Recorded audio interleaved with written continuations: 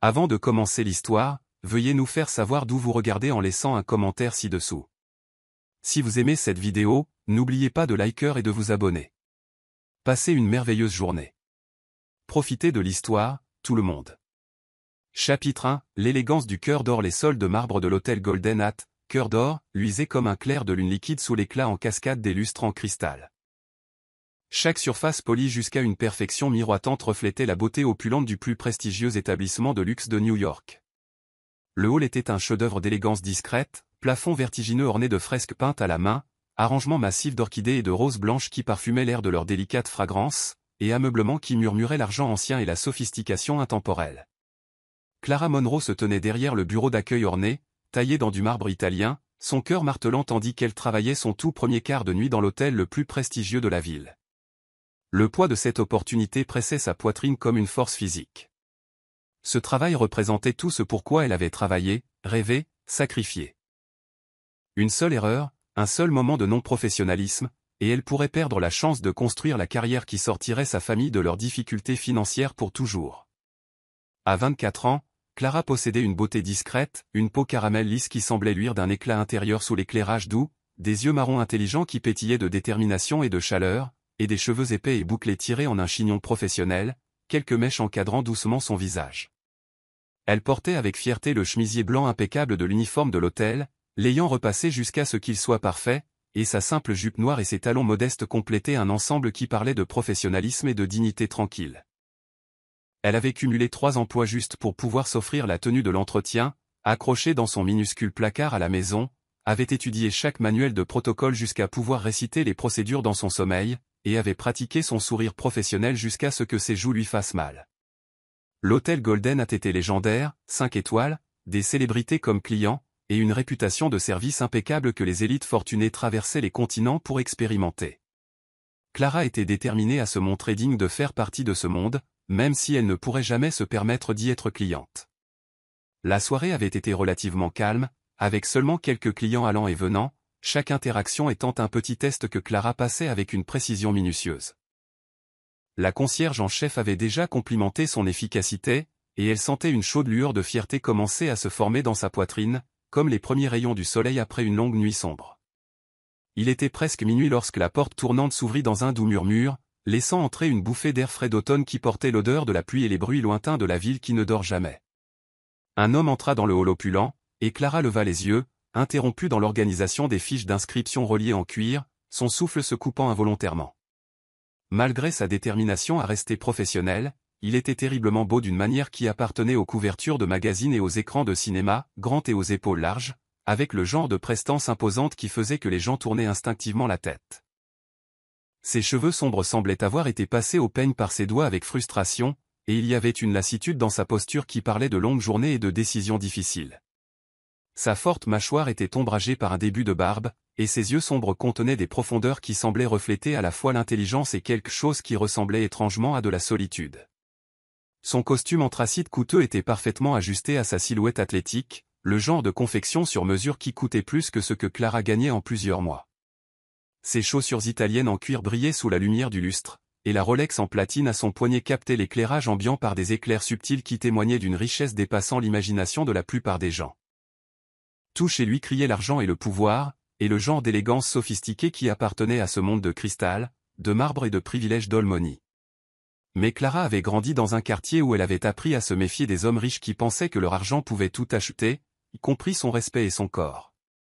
Elle avait vu trop de ses amis blessés par des garçons riches qui traitaient les filles de la classe ouvrière comme un divertissement temporaire, qui faisaient des promesses qu'ils n'avaient jamais eu l'intention de tenir et laissaient derrière eux des cœurs brisés, comme des bouteilles de champagne jetées après une fête. Cet homme, malgré son opulence évidente et son attrait indéniable, n'obtiendrait d'elle aucune attention particulière au-delà de la courtoisie professionnelle. Sa dignité n'était pas à vendre à n'importe quel prix. Ethan Caldwell s'arrêta juste à l'intérieur du hall, l'épuisement pesant sur lui comme un fardeau physique, après 18 heures de réunions épuisantes à Chicago. Son vol avait été retardé par un orage qui avait cloué les avions au sol pendant des heures. Son chauffeur habituel était malade de la grippe, et il ne voulait rien de plus que d'atteindre sa suite pentouse et d'oublier l'affaire commerciale qui avait spectaculairement mal tourné malgré des mois de préparation minutieuse. Le Golden Hat était son sanctuaire, sa fierté et sa joie, le joyau de son empire hôtelier qu'il avait construit à partir de rien pour en faire quelque chose d'extraordinaire. Mais ce soir semblait différent. Ce soir, il y avait quelqu'un de nouveau derrière son bureau d'accueil, et elle était absolument hypnotisante. Ethan possédait le Golden Hat depuis 6 ans et connaissait chaque membre du personnel par son nom, du chef exécutif au concierge de nuit qui maintenait son hôtel impeccable. Cette femme magnifique était nouvelle et clairement exceptionnelle d'une manière qui n'avait rien à voir avec sa beauté évidente. Même de l'autre côté de l'étendue de marbre et de cristal, il pouvait voir la détermination dans sa posture, l'intelligence dans ses mouvements, la façon dont elle se tenait avec une dignité tranquille qui témoignait d'une force intérieure et de principes inébranlables. Il y avait quelque chose en elle qui faisait accélérer son pouls d'une manière qui n'avait rien à voir avec les affaires et tout à voir avec la reconnaissance primale d'une âme appelant son alter ego. Elle était charmante, certes, avec sa peau caramel lisse, son cou gracieux et la façon dont l'éclairage doux captait les nuances dorées dans ses cheveux sombres. Mais c'était plus que l'attirance physique qui l'attirait à travers le hall comme un papillon de nuit vers une flamme. Il y avait une aura d'authenticité autour d'elle, une authenticité aussi rare dans son monde que les diamants dans le charbon. Alors qu'il approchait du comptoir de marbre, Ethan sentit un étrange flottement dans sa poitrine qu'il n'avait pas ressenti depuis qu'il était adolescent avec son premier béguin. Il sortait avec des top modèles et des socialites, avait été poursuivi par des femmes dont la beauté ornait les couvertures de magazines et dont les noms de famille ouvraient des portes à travers le monde, mais aucune d'elles n'avait jamais fait s'emballer son cœur juste en existant dans le même espace. Cette femme, cette déesse derrière son propre bureau d'accueil, lui coupait déjà le souffle. Et elle n'avait même pas encore parlé. « Bonsoir », dit chaleureusement Ethan en atteignant le comptoir de marbre, sa voix portant l'accent cultivé des écoles privées coûteuses et des universités de l'Ivy League, teintée maintenant du genre de lassitude profonde qui venait de trop de journées de 18 heures et de trop peu de véritables connexions humaines. « J'aimerais. » « Excusez-moi », l'interrompit Clara brusquement, ne prenant même pas la peine de lever les yeux de son écran d'ordinateur, où elle mettait à jour les dossiers des clients avec une attention méticuleuse aux détails. « Je suis occupée avec d'importantes affaires hôtelières. Vous devrez attendre votre tour comme tout le monde qui se croit spécial. » Ethan cligna des yeux de surprise, ses yeux sombres scannant automatiquement le hall complètement vide qui s'étendait autour d'eux comme une cathédrale de marbre. Les seuls sons étaient la douce musique classique flottant des haut-parleurs cachés et le bourdonnement lointain de la machinerie de l'ascenseur. « Je suis désolé, mais je ne vois personne d'autre. »« Est-ce que vous me cherchez querelle ?» Les yeux de Clara se levèrent brusquement pour rencontrer les siens, et Ethan sentit son souffle se couper alors qu'il était frappé de plein fouet par son regard. Ses yeux sombres lançaient des éclairs d'agacement et de quelque chose de plus profond, une fierté féroce qui avait clairement été mise à l'épreuve par trop de clients arrogants qui pensaient que l'argent leur donnait le droit de traiter les employés de service comme moins qu'humains. « Écoutez, monsieur, je me fiche de savoir à quel point ce costume est cher ou combien vous pensez que votre temps vaut par rapport au mien. Cet établissement est professionnel et a des normes, et vous suivrez nos procédures. Attendez votre tour et montrez un peu de respect. » Le ton dédaigneux, le professionnalisme froid, l'absence totale de reconnaissance de qui il était. Ethan se sentit comme s'il avait été giflé par un gant de soie dans son propre hôtel par sa propre employée. Il était traité comme un inconvénient malvenu, un client arrogant qui avait besoin d'être remis à sa place. Tout autre membre du personnel l'aurait reconnu instantanément, se serait démené pour assurer son confort et répondre à tous ses besoins. Mais cette belle inconnue le regardait comme s'il n'était qu'un autre homme riche essayant d'utiliser son privilège pour couper les coins ronds et exiger un traitement spécial. Et pourtant, au lieu de la colère, Ethan sentit quelque chose d'entièrement différent l'envahir comme du miel chaud, de la fascination, de l'admiration, la réalisation enivrante qu'il y avait là quelqu'un qui ne pouvait être acheté, impressionné ou intimidé par sa richesse et son pouvoir. À quand remontait la dernière fois que quelqu'un l'avait défié? À quand remontait la dernière fois que quelqu'un avait regardé ses vêtements coûteux et était resté complètement impassible? À quand remontait la dernière fois qu'il avait rencontré quelqu'un qui défendait ce qu'il croyait être juste, même face à quelqu'un qu'il supposait avoir plus d'argent et d'influence qu'il ne pourrait jamais espérer en posséder? Le rire de Clara était aigu et sans humour, coupant l'atmosphère élégante du hall comme une lame à travers la soie. Est-ce censé être une sorte d'insulte? Oui, je suis nouvelle, mais je sais comment faire mon travail correctement, ce qui est plus que ce que je peux dire pour les clients qui pensent pouvoir se pavaner ici et exiger un traitement spécial juste parce qu'ils portent des marques de créateurs et affichent des montres coûteuses. Elle fit un geste dédaigneux vers son costume parfaitement repassé et sa Rolex en platine, et Ethan se trouva étrangement charmé par son manque total d'intimidation. Son feu, son refus d'être intimidé par la richesse et le privilège, ne ressemblait à rien de ce qu'il avait jamais rencontré dans son monde sélectif de salles de conférences et de galas de charité. Vous savez quoi? Continua Clara, sa voix dégoulinante de mépris professionnel qui dissimulait à peine une frustration plus profonde envers des clients arrogants qui avaient clairement mis sa patience à l'épreuve auparavant. Laissez-moi nous faire gagner du temps et des ennuis à tous les deux. Si vous cherchez une chambre, nous sommes complètement complets. Ça l'est depuis des mois. Si vous cherchez notre bar, il a fermé il y a 1 heure. Si vous cherchez quelqu'un pour être impressionné par votre richesse évidente et pour s'incliner devant votre supériorité, vous êtes complètement au mauvais endroit. Elle se pencha légèrement, ses yeux sombres flamboyants d'un feu intérieur qui faisait s'emballer le pouls d'Ethan de la manière la plus inattendue. Le motel le plus proche est 6 pâtés de maison au sud, et je suis sûr qu'il serait heureux d'accueillir quelqu'un avec vos goûts raffinés et votre charmante personnalité. Ethan la fixa dans un silence stupéfait qui s'étira entre eux comme une corde de violon tendue. Elle pensait qu'il était un client au hasard. Elle n'avait aucune idée de qui il était, aucune idée qu'elle disait essentiellement au propriétaire de l'hôtel de trouver un autre endroit où séjourner. L'ironie était si complète, si absurde, qu'il faillit éclater de rire malgré la piqûre de son rejet. Mais sous le choc et l'amusement, quelque chose de plus profond et de plus profond remuait dans sa poitrine, comme la première brise chaude du printemps après un long hiver froid. Cette femme féroce, fière, absolument intrépide, venait de défendre son lieu de travail contre ce qu'elle percevait comme un client arrogant qui pensait que l'argent pouvait acheter le respect. Elle protégeait les normes du Golden Hat, défendant ce qu'elle croyait être juste, même face à quelqu'un qu'elle supposait clairement avoir plus d'argent et de pouvoir qu'elle.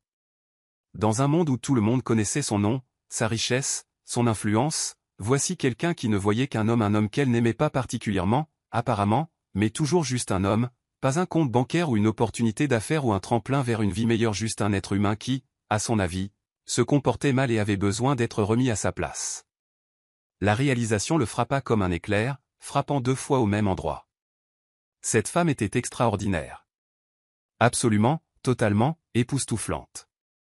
Je vois, dit doucement Ethan, sa voix ne trahissant rien du tumulte émotionnel qui faisait rage dans sa poitrine comme une mer agitée par la tempête. Eh bien, merci pour votre explication approfondie des politiques de l'hôtel et votre évaluation franche de mon caractère. Les yeux de Clara se plissèrent de suspicion à son ton poli, comme si elle soupçonnait du sarcasme mais ne pouvait pas tout à fait identifier où il pouvait se cacher dans ces mots soigneusement neutres. Il y avait de la lassitude dans son expression maintenant, mêlée à la fierté féroce qui semblait faire autant partie d'elle que la respiration. De rien, dit-elle sèchement, son menton se soulevant dans un geste qui parlait de bataille menée et gagnée contre des gens qui avaient essayé de la faire se sentir petite. Y a-t-il autre chose avec quoi je peux vous aider? Parce que j'ai du vrai travail à faire, et contrairement à certaines personnes, je prends mes responsabilités au sérieux. Ethan la regarda longuement, la regarda vraiment, avec l'intensité d'un homme essayant de mémoriser quelque chose de précieux qui pourrait disparaître à tout moment, l'inclinaison fière de son menton qui défiait le monde de la contester, la franchise inébranlable de son regard qui refusait d'être intimidé par la richesse ou le pouvoir, la façon dont elle se tenait comme une reine même en portant un simple uniforme d'hôtel. Elle était magnifique d'une manière qui n'avait rien à voir avec des vêtements de créateur ou des bijoux coûteux et tout à voir avec la force inébranlable de son caractère. À cet instant, debout dans son propre rôle, étant complètement renvoyé par sa propre employée, Ethan sentit quelque chose se déplacer à l'intérieur de sa poitrine, comme des plaques tectoniques trouvant un nouvel alignement. Cette femme belle, féroce, complètement authentique, venait de lui montrer quelque chose qu'il n'avait même pas réalisé qu'il cherchait depuis toute sa vie d'adulte. Elle lui avait montré ce que cela faisait d'être vu comme juste une personne, d'être jugé sur son comportement plutôt que sur son compte bancaire, de rencontrer quelqu'un dont le respect ne pouvait être acheté à aucun prix. Elle était tout ce qu'il n'avait pas su qu'il lui fallait, tout ce qu'il n'avait pas osé espérer existait encore dans son monde de relations calculées et d'alliances stratégiques. Non, dit-il doucement, un lent sourire se répandant sur son visage malgré la piqûre de son rejet, malgré le bouleversement complet de sa compréhension de lui-même et de ce qu'il voulait de la vie. Je crois que vous m'avez aidé plus que vous ne le savez, plus que vous ne pouvez l'imaginer.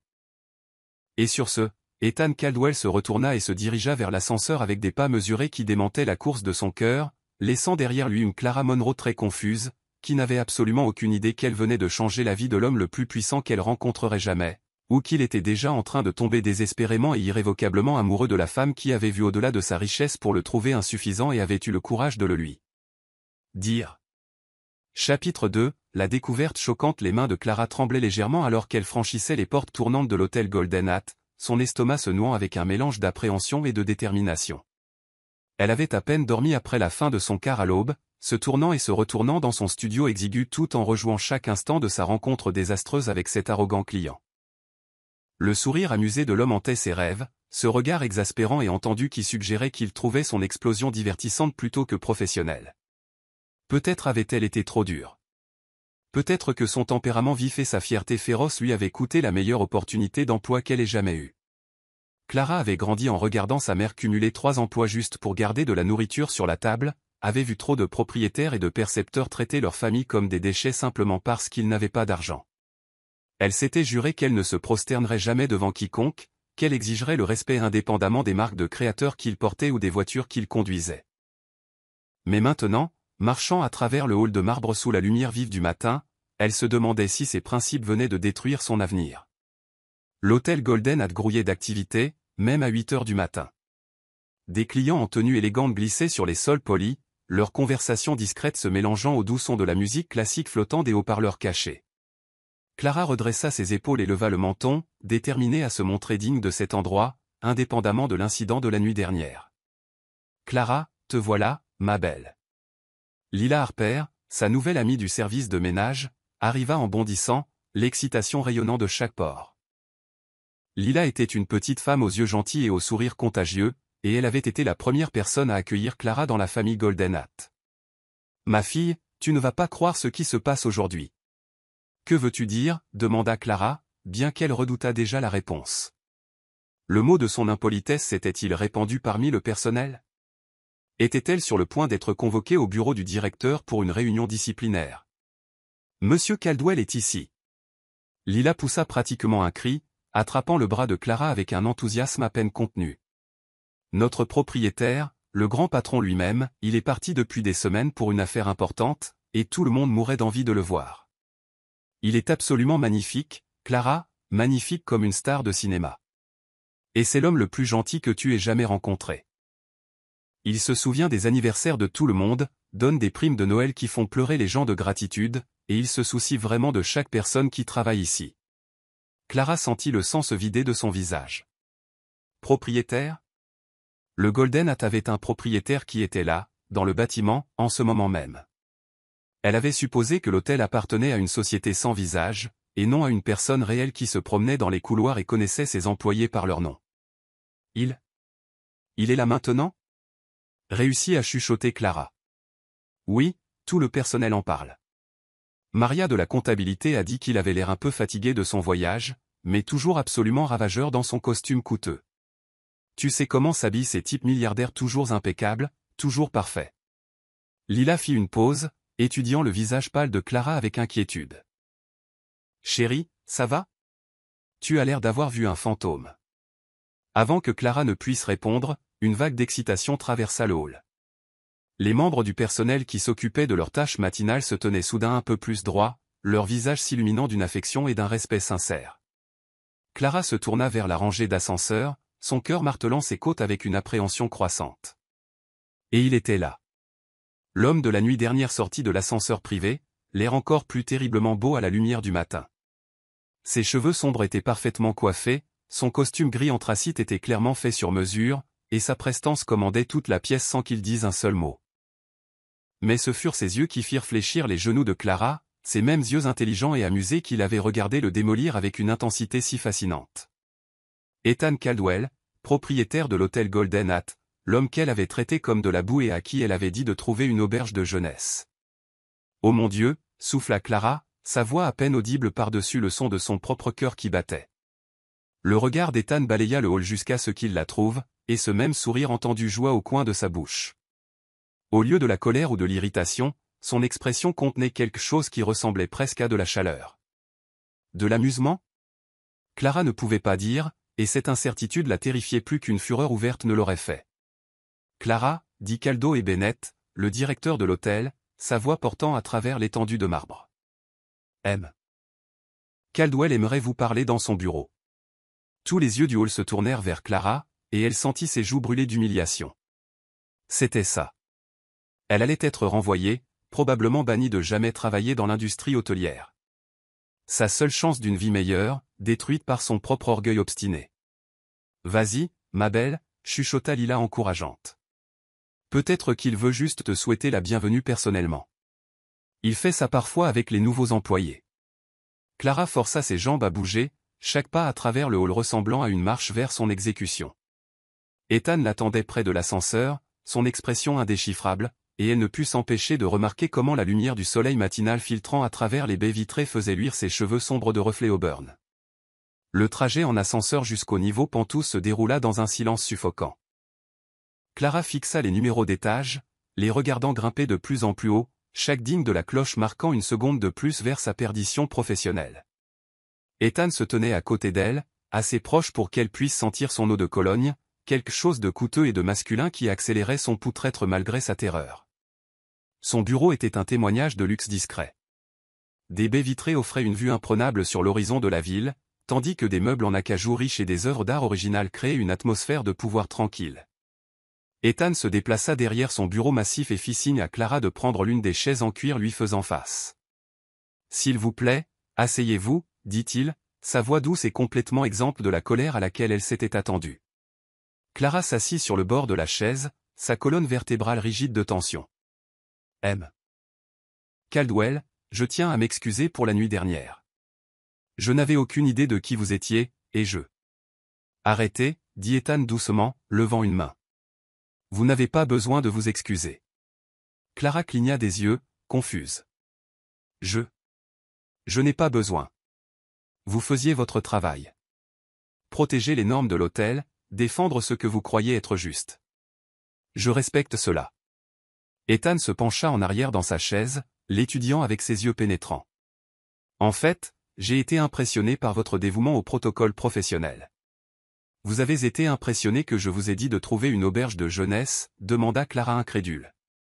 Un rire sincère s'échappa des lèvres d'Ethan, et le son était riche et chaleureux.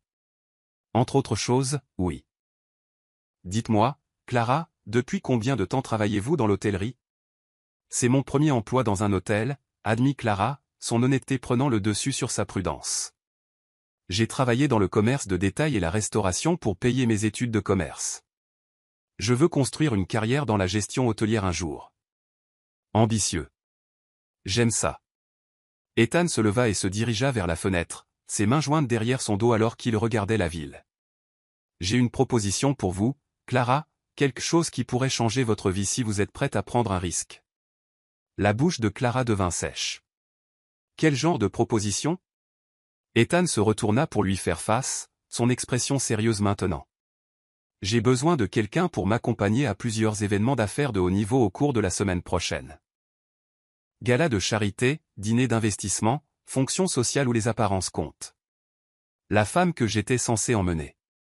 Disons simplement que l'arrangement est tombé à l'eau de manière inattendue. Je ne comprends pas.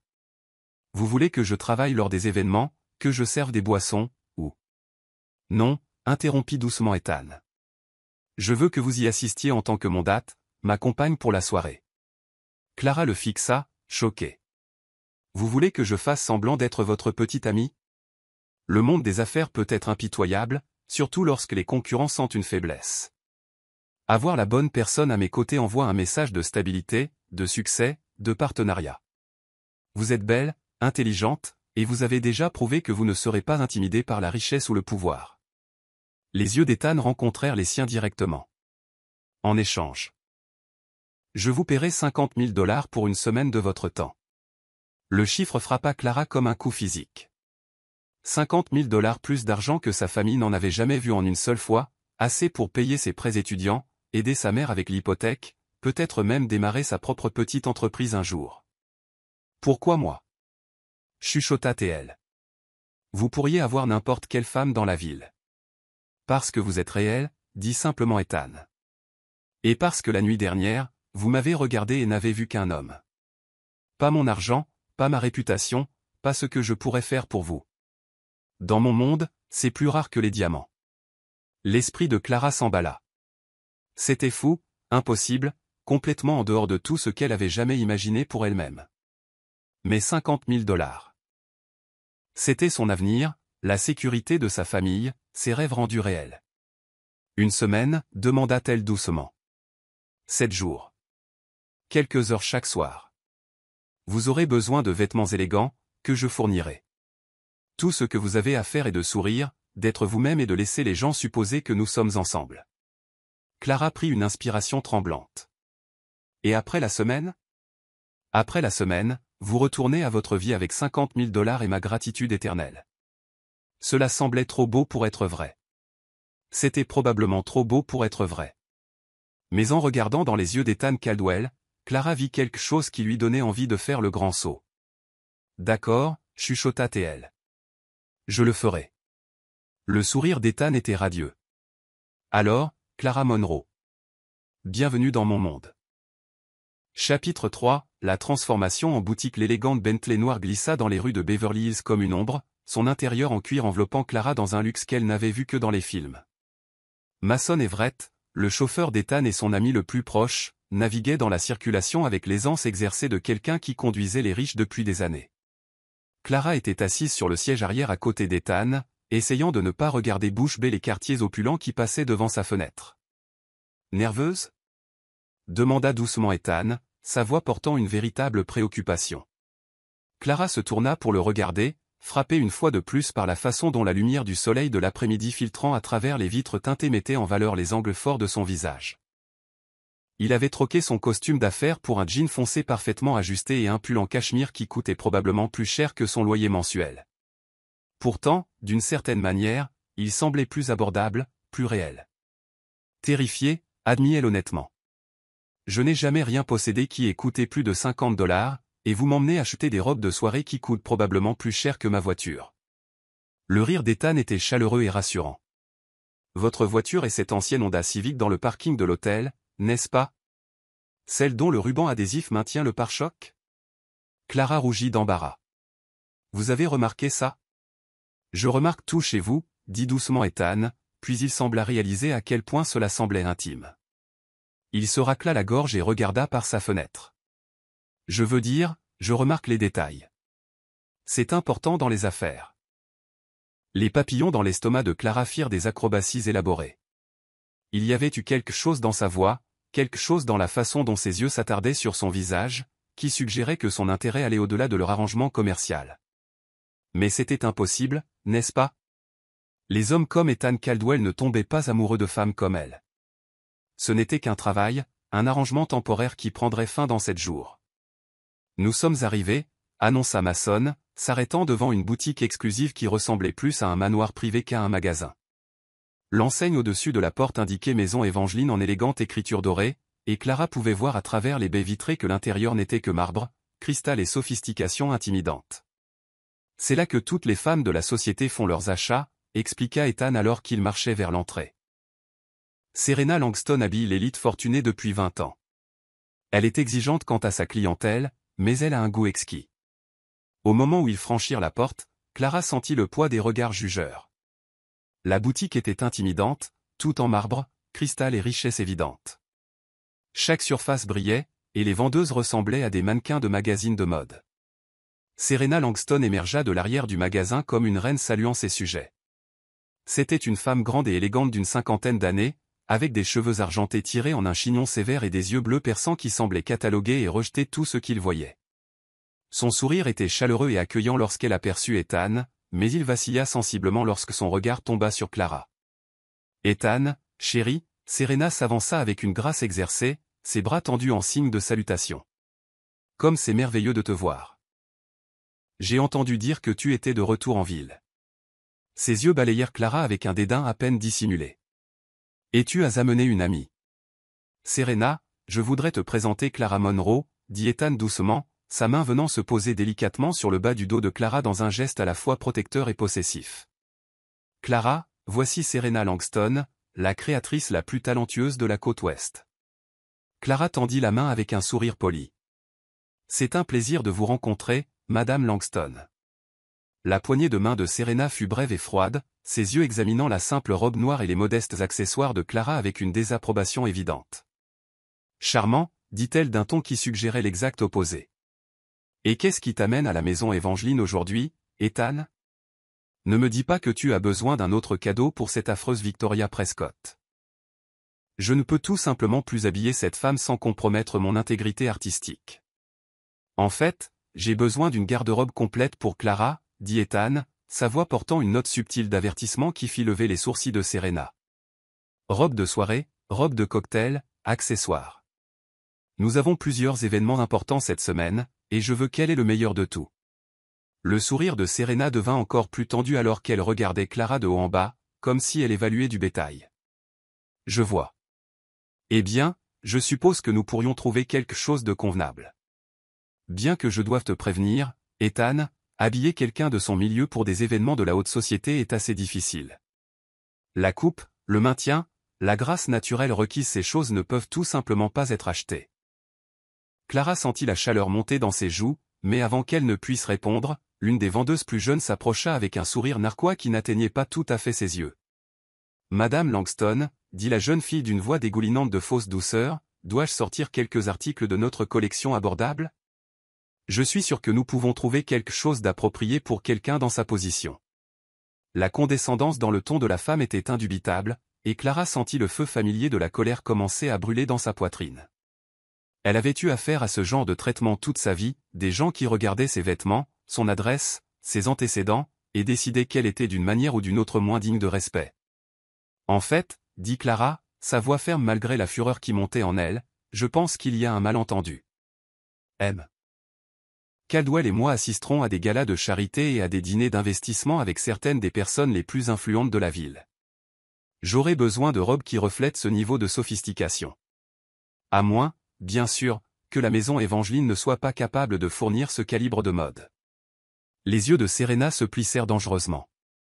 Je vous assure, ma chère, que la maison Evangeline a habillé la royauté, les stars d'Hollywood et des femmes dont les noms figurent sur les pages mondaines du monde entier.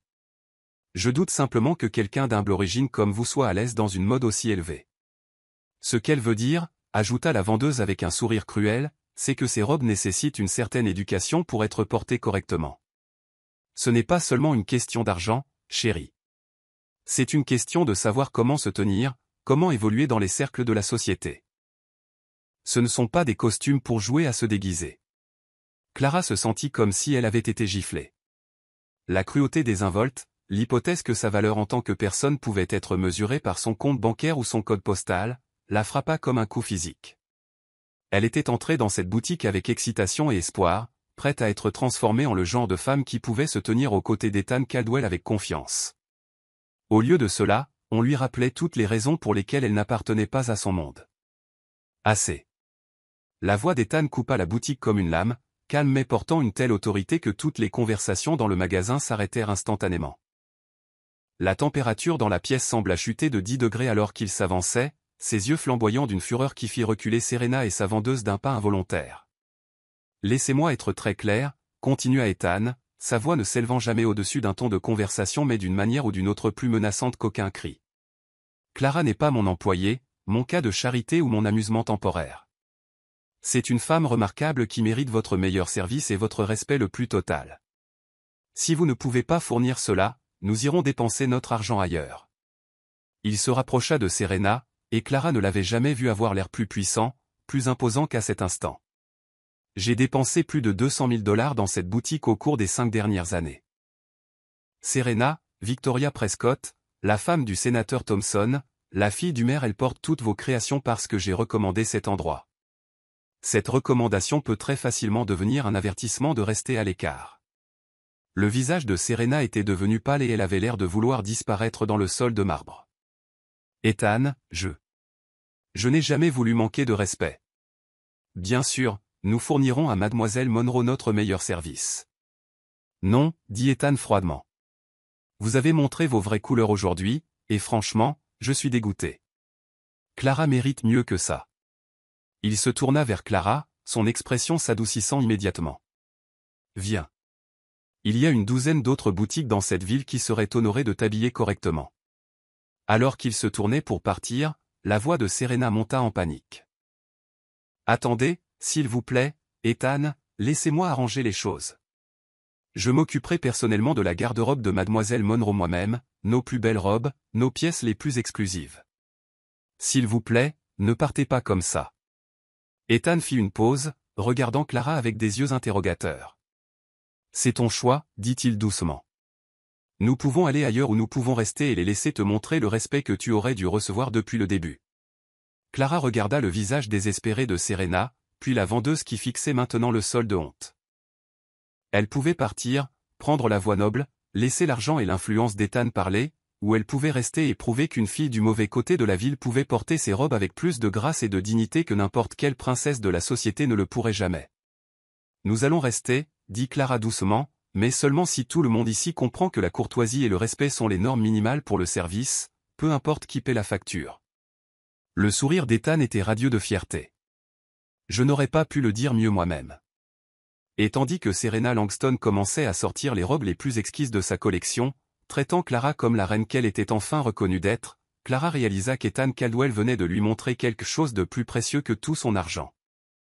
Il lui avait montré son caractère. Chapitre 4, l'éveil à l'opéra. Le Metropolitan Opera House se dressait devant eux comme un palais tissé de lumière d'étoiles et de rêves, sa façade majestueuse baignée de milliers de lumières dorées qui transformaient les colonnes de calcaire en piliers de pure luminescence contre le ciel de velours du soir. Clara se tenait sur le tapis cramoisi menant à l'entrée, son souffle visible en petites bouffées dans l'air frais, se sentant comme si elle était entrée par un portail dans le conte de fées le plus exquis jamais écrit. La robe vert émeraude que Serena Langston avait à contre-cœur sélectionnée pour elle coulait autour d'elle comme de la soie liquide touchée par des rayons de lune, son design élégant la faisant se sentir belle et sophistiquée d'une manière qui transcendait tout ce qu'elle avait jamais connu auparavant. Le tissu chuchotait contre sa peau lorsqu'elle bougeait, et la façon dont les yeux d'Ethan ne la quittaient jamais la faisait se sentir comme le joyau le plus précieux dans un trésor de merveilles. Des couples dans leurs plus belles tenues passaient devant eux en montant le grand escalier, les robes des femmes bruissant comme des feuilles d'automne, leurs bijoux captant la lumière en éclairs brillants de feu et de glace. L'air était rempli du doux murmure de voix cultivées parlant dans une demi-douzaine de langues, du tintement délicat des coupes de champagne et d'un courant sous-jacent d'anticipation qui accélérait le pouls de Clara. « Tu es absolument époustouflante », murmura Ethan à côté d'elle, et la sincérité dans sa voix fit que son cœur rata plusieurs battements. Clara se tourna pour le regarder, et son souffle se coupa dans sa gorge. Ethan portait un smoking noir parfaitement ajusté qui soulignait ses larges épaules et sa grande silhouette, tandis que ses cheveux sombres étaient coiffés avec une élégance décontractée qui lui donnait l'air d'être sorti d'une couverture de magazine. Mais c'était la façon dont il la regardait avec émerveillement et quelque chose de plus profond, quelque chose qui accélérait son pouls qui lui coupait le souffle. « J'ai l'impression de porter un costume », avoua Clara alors qu'il rejoignait le flot de mécènes élégamment vêtus se dirigeant vers l'entrée, comme si je faisais semblant d'être quelqu'un que je ne suis pas. Tu ne fais semblant d'être personne, dit doucement Ethan, lui offrant son bras avec une galanterie démodée. Tu laisses simplement le monde voir la femme que j'ai vue dès le tout premier instant où je t'ai rencontré.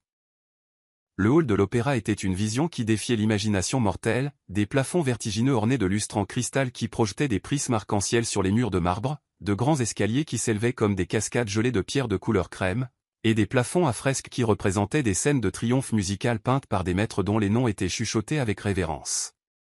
Clara n'avait jamais rien vu d'aussi magnifique, d'aussi absolument époustouflant, et elle se retrouva à marcher plus près d'Ethan, attirée par sa chaleur et sa force comme une fleur cherchant la lumière du soleil. L'odeur de son eau de Cologne, quelque chose de coûteux et de masculin avec des notes de bois de santal et de bergamote, enveloppait ses sens, la rendant hyper consciente de sa présence à ses côtés. Lorsqu'il lui offrit son bras avec une galanterie d'un autre temps, le simple contact de sa main contre sa manche envoya de l'électricité remonter son bras et droit à son cœur. « Tu as l'air d'appartenir à cet endroit », murmura Ethan, sa voix basse et intime alors qu'il rejoignait la foule élégante se frayant un chemin à travers l'espace opulent, comme si tu étais né pour porter de la soie et des diamants et être entouré de beauté. Les joues de Clara s'échauffèrent au compliment, mais elle secoua la tête avec son honnêteté caractéristique. « J'ai l'impression de porter un costume, de jouer un rôle dans la vie de quelqu'un d'autre. » Ethan s'arrêta de marcher et se tourna pour lui faire face complètement, ses yeux sombres sérieux et intenses. « Tu ne joues rien, Clara. C'est ce que tu as toujours été. Tu es juste enfin dans un endroit qui est digne de ta grâce naturelle. »« As-tu déjà été à l'opéra ?» demanda Ethan, alors qu'il se frayait un chemin à travers la foule de l'élite sociale de New York. « Seulement dans les films, » admit Clara. « Ma mère regardait de vieux films les dimanches après-midi, ceux avec de belles femmes dans de magnifiques robes chantant de tout leur cœur. Je me suis toujours demandé ce que ce serait d'être dans le public, d'entendre ces voix en direct. Le sourire d'Ethan était chaleureux et sincère. Alors ce soir sera magique. Nous voyons la Traviata. C'est l'histoire d'une courtisane nommée Violetta qui tombe amoureuse d'un jeune homme d'une famille respectable. C'est déchirant et beau et absolument parfait pour ta première expérience d'opéra. Ils trouvèrent leur siège dans une loge privée qui offrait une vue parfaite sur la Seine, et Clara ne put s'empêcher de s'émerveiller devant l'opulence qui les entourait, les sièges en velours rouge, les balcons dorés, l'énorme lustre en cristal suspendu au-dessus de l'orchestre. C'était comme être à l'intérieur d'une boîte à bijoux. Ethan, chuchota-t-elle alors que les lumières commençaient à s'éteindre. Cela a dû coûter une fortune. Tu n'étais pas obligé. Je voulais le faire, l'interrompit-il doucement, sa main recouvrant la sienne sur l'accoudoir entre leurs sièges. Je voulais voir ton visage lorsque tu vivrais quelque chose de beau pour la première fois. Alors que les lumières s'éteignaient et que le rideau se levait avec une majesté cérémonielle, Clara fut instantanément transportée dans un royaume où la passion vivait et respirait et prenait forme physique par la puissance des voix humaines. Les premières notes de la soprano s'envolèrent à travers l'espace sacré comme une chose vivante aux ailes d'argent et d'or, remplissant chaque coin d'émotions si pures et puissantes que Clara sentit les larmes lui piquer les yeux avant même que le premier acte n'ait à peine commencé.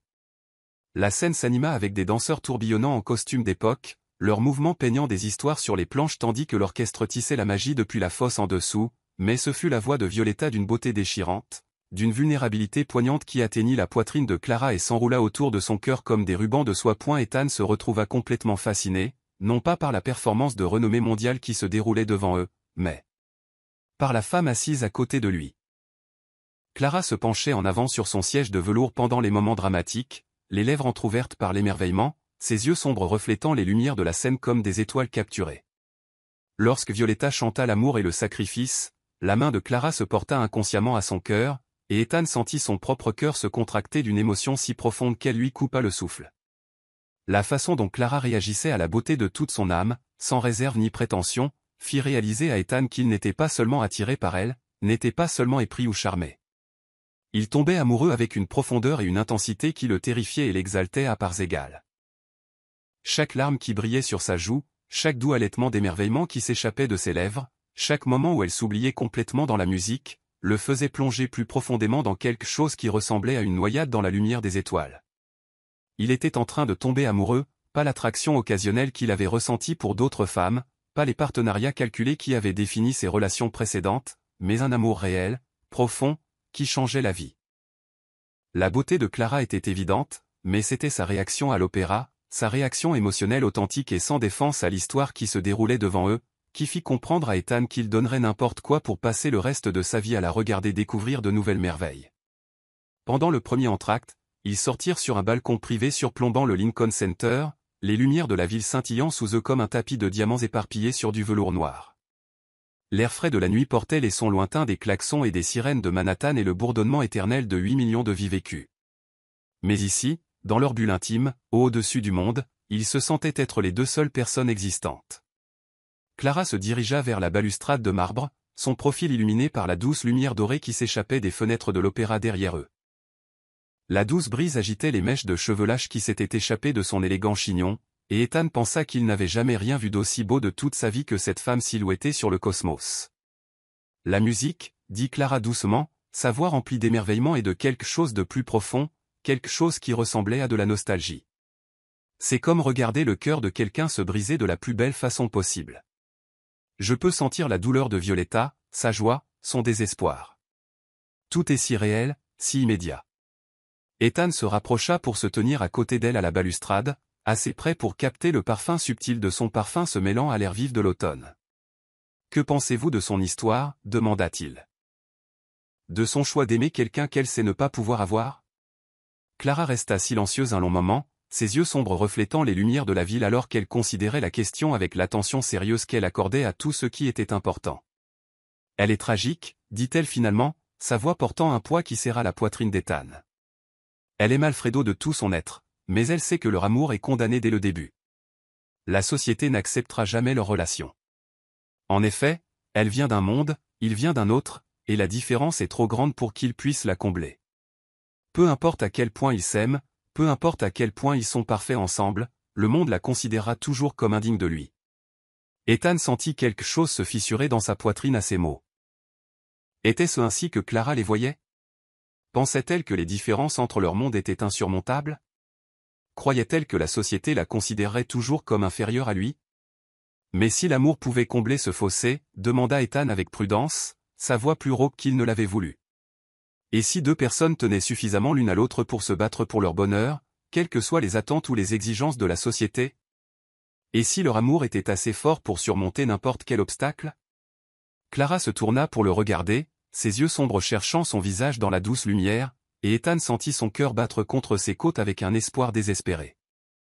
Pendant un instant, un moment parfait, à couper le souffle, il crut voir dans son expression quelque chose qui correspondait à l'amour brûlant dans sa propre poitrine. « Croyez-vous vraiment que ce soit possible ?» demanda Clara, sa voix à peine un murmure. « Que l'amour puisse vraiment tout conquérir ? Je commence à penser que c'est la seule chose qui compte, » dit doucement Ethan, ces mots portant plus de poids et de sens que n'importe quelle transaction commerciale qu'il ait jamais négociée. Avant que Clara ne puisse répondre, la sonnerie retentit pour les rappeler pour le deuxième acte, et l'instant s'échappa comme de la fumée. Alors que l'acte final se déroulait avec une beauté dévastatrice, Clara pleura ouvertement le sacrifice de Violetta. Pour l'amour qui aurait pu être, pour le bonheur que la cruauté de la société avait détruit. L'air final de la soprano, chanté alors que Violetta mourait de la phtisie, était si déchirant que Clara dut porter sa main à sa bouche pour étouffer les sanglots qui menaçaient de s'échapper. Les larmes coulaient sur ses joues sans être retenues, et elle ne se souciait pas de qui les voyait ou de ce que quiconque pensait de son étalage émotionnel. Ethan regarda ses larmes avec un mélange de tendresse et de détermination croissante qui brûlait dans sa poitrine comme une flamme. Cette femme belle, passionnée, profondément sensible, qui pleurait pour des personnages de fiction et ouvrait son cœur à chaque joie et chaque chagrin que le monde offrait, méritait tout le bonheur que la vie pouvait offrir. Elle méritait d'être aimée complètement, chérie absolument et protégée de toute cruauté et déception. Elle méritait qu'il soit assez courageux pour lui dire qu'elle était devenue le centre de son univers. Alors que le rideau tombait et que le public éclatait en applaudissements retentissants qui semblaient secouer les fondations même du bâtiment historique, Ethan se tourna vers Clara, son cœur battant contre ses côtes comme un oiseau en cage désespéré de liberté. Elle essuyait ses yeux avec le mouchoir en soie qu'il lui avait donné, son visage rayonnant des conséquences du voyage émotionnel qu'il venait de partager, et Ethan savait qu'il n'aurait jamais de moment plus parfait pour lui ouvrir son âme. « Clara » commença-t-il, sa voix étonnamment instable malgré toute sa préparation minutieuse.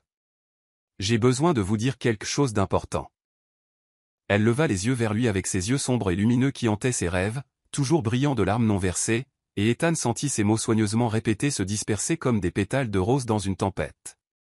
Comment pouvait-il expliquer qu'en seulement 4 jours, elle avait transformé non seulement ses arrangements hôteliers, mais toute sa compréhension de ce que signifiait être en vie?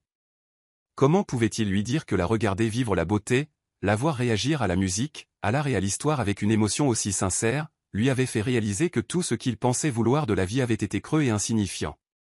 L'opéra, recommença-t-il, puis s'arrêta, passant la main dans ses cheveux par frustration alors que la foule autour d'eux commençait à se diriger vers les sorties. Ce que je veux dire, c'est qu'en vous regardant ce soir, en voyant comment vous avez réagi à l'histoire de Violetta, à son amour et à son sacrifice, Clara attendit patiemment, lui accordant toute son attention malgré l'agitation autour d'eux, et Ethan sentit le poids de son attente comme une force physique. Je pense, dit Ethan avec prudence, choisissant chaque mot comme s'il maniait des pierres précieuses, que certaines histoires d'amour n'ont pas à se terminer en tragédie. Je pense que certaines personnes sont assez courageuses pour se battre pour leur fin heureuse, peu importe ce que le monde leur dit être impossible. Je pense que certains amours sont assez forts pour surmonter n'importe quel obstacle, n'importe quelle différence, n'importe quel défi que la société met sur leur chemin. Le sourire de Clara était doux et teinté de tristesse, et le cœur d'Ethan se serra lorsqu'il réalisa que son message n'avait pas été perçu comme il l'avait espéré. C'est une belle pensée, Ethan. J'espère qu'un jour vous trouverez quelqu'un qui vous donnera envie de vous battre pour ce genre de fin heureuse, quelqu'un qui vous fera croire que l'amour peut vraiment tout conquérir. Ethan la fixa avec étonnement et un désespoir croissant. Elle avait complètement manqué ce qu'il essayait de lui dire. Elle pensait qu'il parlait de manière hypothétique, philosophique, de l'amour en général plutôt que des sentiments très spécifiques, très réels et très désespérés qui menaçaient de le déchirer de l'intérieur. Clara. Je. Recommença-t-il, mais elle ramassait déjà son sac à main et son châle, l'instant perdu dans l'agitation de la foule se préparant à partir. Merci pour cette soirée, dit-elle alors qu'il se dirigeait vers la sortie. C'était la plus belle chose que j'ai jamais vécue. Je ne l'oublierai jamais. Ethan hocha la tête, ravalant sa déception et ses mots tus. De rien, dit-il doucement. Je suis content d'avoir pu la partager avec vous. Alors que Mason les ramenait à l'hôtel à travers les rues scintillantes de Manhattan, Ethan regarda par la fenêtre et se demanda combien d'occasions il aurait encore de dire à Clara Monroe qu'elle devenait la personne la plus importante de son monde. Chapitre 5, le triomphe du dîner d'affaires. La salle à manger privée de la Bernardine était un modèle d'élégance discrète, avec des murs de couleur crème ornés de peintures impressionnistes originales et un immense lustre en cristal projetant une lumière chaude sur la table en acajou, dressée pour 12. Clara se tenait à côté d'Ethan dans l'embrasure de la porte, sa robe de cocktail bleu saphir lui donnant l'air d'une déesse de la nuit, et essayait de calmer les papillons qui effectuaient des acrobaties aériennes dans son estomac. Souvenez-vous, murmura Ethan près de son oreille, son souffle chaud contre sa peau, vous n'avez besoin d'impressionner personne. Soyez juste vous-même et ils seront charmés en quelques minutes. Clara hocha la tête, puisant sa force dans sa confiance en elle, même si elle ne parvenait pas tout à fait à se débarrasser du sentiment qu'elle était sur le point d'entrer dans une fosse aux lions. Ce dîner était crucial pour la dernière acquisition hôtelière d'Ethan, et les invités représentaient certains des investisseurs et des chefs d'entreprise les plus influents du pays. Un mot de travers, un faux pas social, et elle pourrait détruire des mois de négociations minutieuses. Un homme distingué d'une soixantaine d'années, son costume sur mesure témoignant d'une richesse ancienne et d'un pouvoir plus ancien encore, s'approcha d'eux avec un sourire chaleureux. Monsieur Caldwell, Henry Thompson, de Thompson Holdings, ravi de vous rencontrer enfin en personne. Le plaisir est pour moi, répondit Ethan avec aisance, serrant la main de l'homme avec une facilité exercée. Henry, je vous présente Clara Monroe. Clara tendit la main avec un sourire sincère, se souvenant de tout ce qu'Ethan lui avait appris sur les poignées de main fermes et le contact visuel direct. Monsieur Thompson, c'est merveilleux de vous rencontrer. Ethan parle avec tant d'éloge de votre sens des affaires. Les sourcils d'Henry se levèrent légèrement. Clairement, il ne s'attendait pas à un professionnalisme aussi articulé de la part de la compagne d'Ethan. Le plaisir est pour moi, ma chère. Et s'il vous plaît, appelez-moi Henry. Je dois dire, Ethan, vous avez réussi à nous surprendre tous une fois de plus. Alors qu'ils entraient dans la pièce, Clara rencontra les autres invités un par un. Il y avait Eleanor Wu, la PDG aux cheveux d'acier de Wu International, qui contrôlait les routes maritimes à travers le Pacifique, la sénatrice Diane Carter, dont l'influence politique pouvait faire ou défaire des projets de développement d'un seul coup de téléphone, Javier Ortiz, le magnate de la technologie dont le portefeuille d'investissement comprenait 3 des entreprises à la croissance la plus rapide de la Silicon Valley, et puis il y avait Victoria Prescott. Elle entra dans la salle à manger comme une reine entrant dans sa cour, ses cheveux blonds platine coiffés en un chignon élaboré qui mettait en valeur des boucles d'oreilles en diamant de la taille de raisin. Sa robe de soirée noire était clairement de haute couture, coûtant probablement plus que la voiture de la plupart des gens, et elle la portait avec la confiance de quelqu'un qui n'avait jamais douté de sa place dans le monde. Ethan, chéri, Victoria glissa vers eux avec une grâce exercée. Ses lèvres rouges s'incurvèrent en un sourire qui n'atteignait pas ses yeux bleus froids. Je commençais à penser que tu ne venais pas ce soir. L'expression d'Ethan se crispa presque imperceptiblement, et Clara remarqua la façon dont sa mâchoire se serrait lorsque Victoria se pencha pour embrasser ses 2 joues à la mode européenne. Victoria, je vous présente Clara Monroe. Le regard de Victoria balaya Clara avec l'évaluation calculatrice d'un prédateur jaugeant une proie potentielle. Comme c'est charmant, dit-elle d'un ton qui suggérait exactement le contraire. Et d'où connaissez-vous Ethan, ma chère? Clara travaille au Golden Hat, dit Ethan avant que Clara ne puisse répondre, sa main trouvant le bas de son dos dans un geste à la fois protecteur et possessif. Oh, comme c'est pittoresque. Le sourire de Victoria devint encore plus acéré. C'est tellement admirable quand les hommes qui réussissent s'intéressent aux causes caritatives. Ethan a toujours été généreux avec les moins fortunés. Clara sentit la chaleur monter à ses joues. Mais avant qu'elle ne puisse répondre, Eleanor Wu apparut à son coude avec une coupe de champagne. Un sourire complice. Ne faites pas attention à Victoria, dit doucement Eleanor. Elle essaie de planter ses griffes dans chaque milliardaire éligible de la ville depuis que son règlement de divorce est épuisé. Maintenant, parlez-moi de vous, ma chère. Que faites-vous au Golden Hat? Alors qu'ils s'installaient autour de l'élégante table, Clara se retrouva assise entre Javier Ortiz et la sénatrice Carter, avec Ethan juste en face d'elle où il pouvait croiser son regard si elle avait besoin d'être rassurée. La conversation coulait aussi facilement que le vin, abordant tout, des accords commerciaux internationaux aux dernières productions de Broadway. Clara découvrit que ses nerfs commençaient à s'apaiser en réalisant que ces personnes puissantes étaient, au fond, simplement des êtres humains avec des intérêts et des passions au-delà de leur richesse et de leur influence. Lorsque Javier mentionna les difficultés de sa fille avec la dyslexie, Clara partagea sa propre expérience en donnant des cours particuliers à des enfants ayant des troubles d'apprentissage pendant l'université. Lorsque la sénatrice Carter exprima sa frustration face à la crise des sans-abri dans les grandes villes, Clara offrit des aperçus réfléchis tirés de ses années de bénévolat dans des refuges locaux.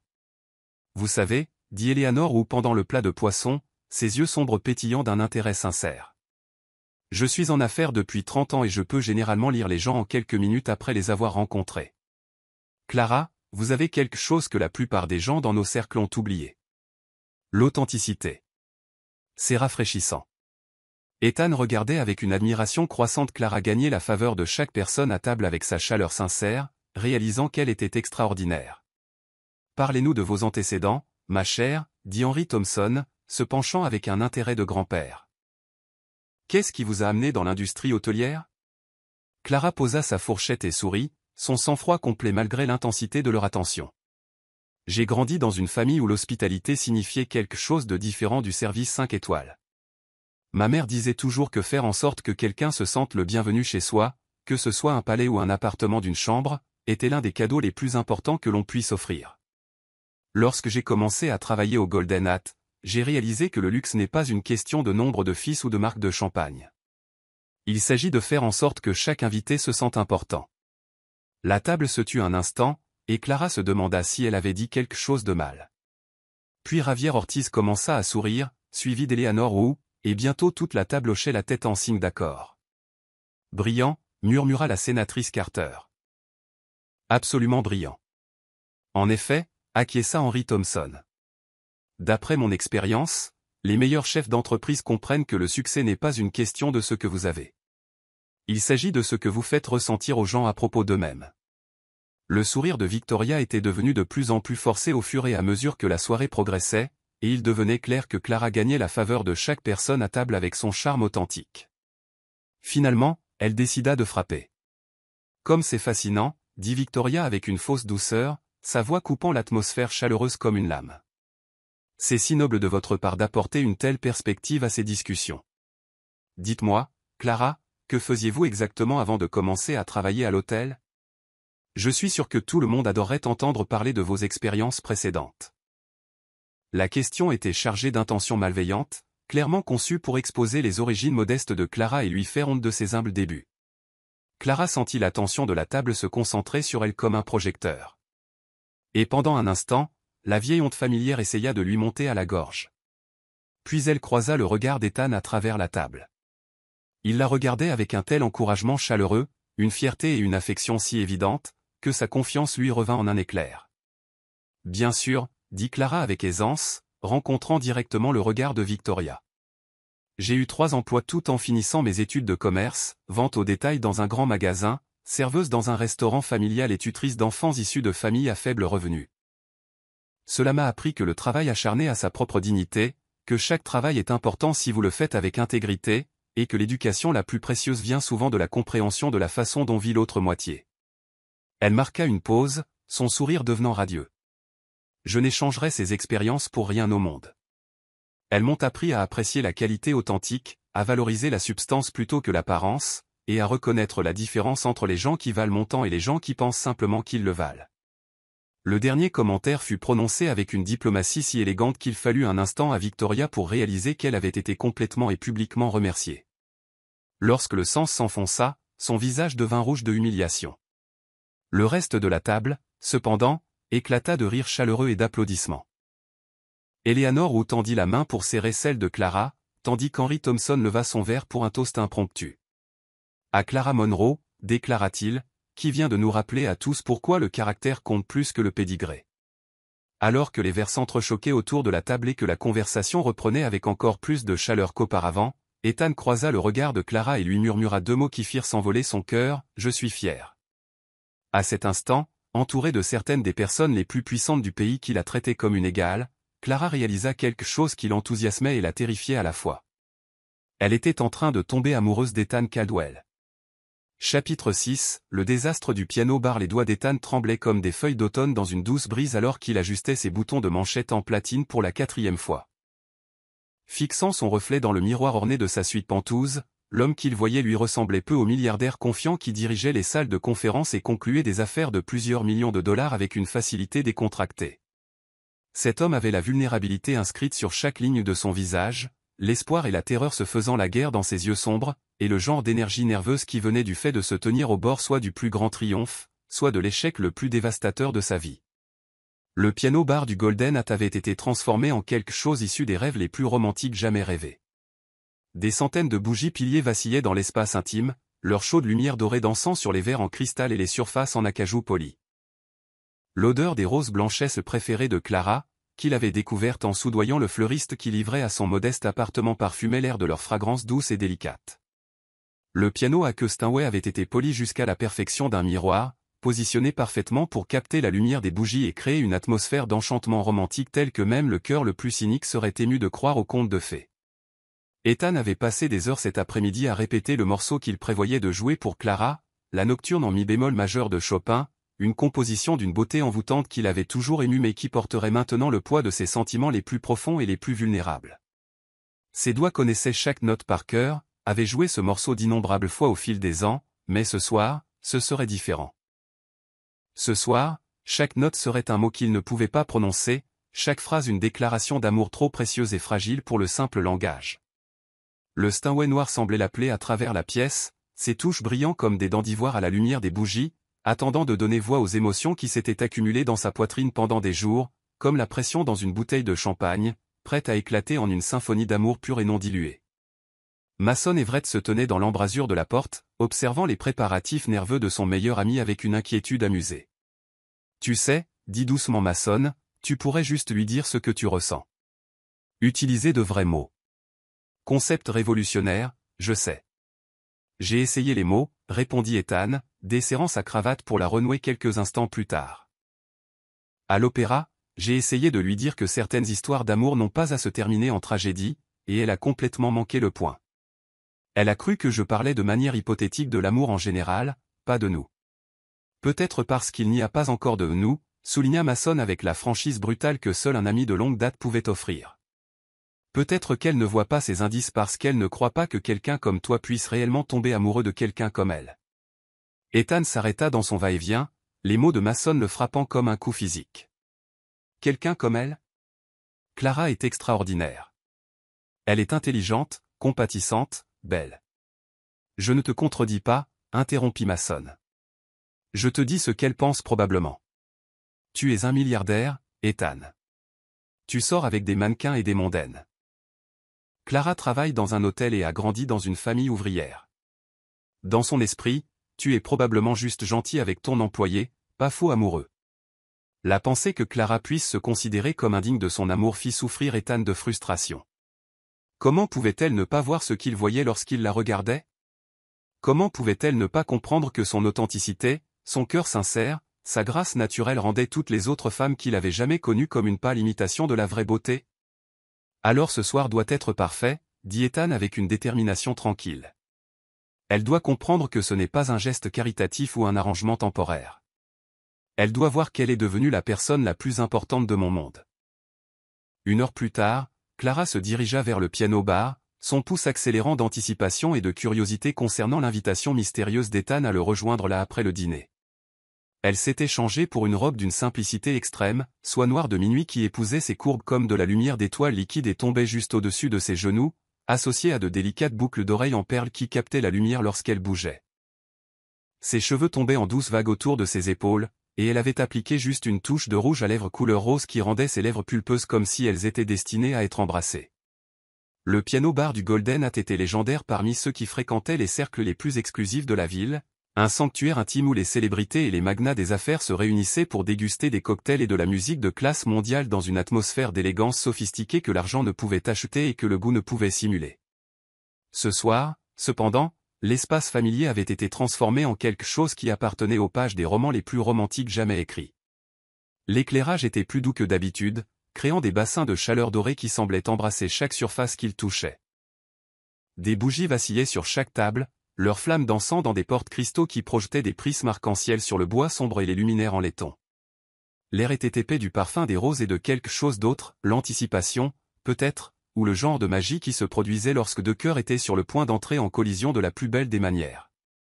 Clara s'arrêta dans l'embrasure de la porte, le souffle coupé alors qu'elle contemplait le tableau romantique devant elle.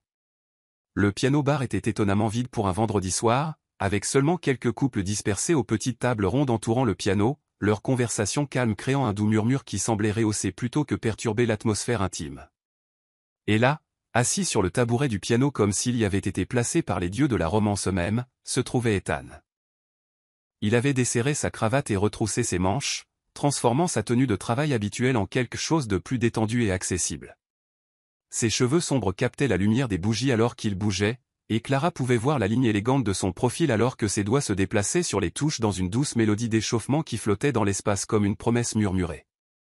Il y avait quelque chose de différent chez lui ce soir, une vulnérabilité dans sa posture, une ouverture émotionnelle qu'elle n'avait jamais vue auparavant, qui faisait s'accélérer son cœur avec des possibilités qu'elle osait à peine nommer. Lorsqu'il l'aperçut dans l'embrasure de la porte, son visage s'illumina d'un sourire qui lui fit fléchir les genoux. « Vous êtes venu, dit-il doucement, se levant du tabouret pour la saluer. « Vous aviez l'air mystérieux au téléphone, répondit Clara, acceptant la coupe de champagne qu'il lui offrait. « C'est quoi tout ça? » Je voulais jouer quelque chose pour vous, dit Ethan, sa voix portant une nervosité qui la surprit, quelque chose qui signifie quelque chose pour moi. Voulez-vous vous asseoir? Clara s'installa sur la chaise la plus proche du piano, ses yeux sombres reflétant la lumière des bougies tandis qu'elle regardait Ethan retourner au tabouret. Il y avait quelque chose de différent chez lui ce soir, une vulnérabilité dans son expression qui faisait s'accélérer son pouls d'anticipation. Ethan posa ses mains sur les touches avec la révérence d'un homme sur le point de dévoiler son âme à la femme qu'il aimait et commença à jouer. Les premières notes de la nocturne en mi bémol majeur de Chopin flottèrent dans l'espace intime comme une prière rendue audible, chaque note parfaite et pure et remplie d'une émotion si profonde que Clara sentit son souffle se couper. Elle ne l'avait jamais entendu jouer auparavant, n'avait jamais su que sous son sens des affaires et sa présence imposante se cachait l'âme d'un artiste. Ses doigts se déplaçaient sur les touches avec une grâce exercée, mais c'était la passion qu'il apportait à la musique, la façon dont il semblait verser son essence même dans chaque phrase, qui fit s'arrêter son cœur pendant plusieurs secondes magiques. La mélodie était d'une beauté déchirante, pleine de nostalgie et d'espoir et de quelque chose qui ressemblait étrangement à de l'amour, exprimé par le langage de la musique. Clara se retrouva penchée en avant, complètement fascinée par la vue de cet homme puissant et confiant, révélant une vulnérabilité si tendre par son toucher sur les touches d'ivoire. La façon dont il la regardait entre les phrases, ses yeux sombres en disant long que sa voix n'avait pas encore été assez courageuse pour articuler, fit s'accélérer son pouls avec un espoir si intense qu'il en était presque douloureux.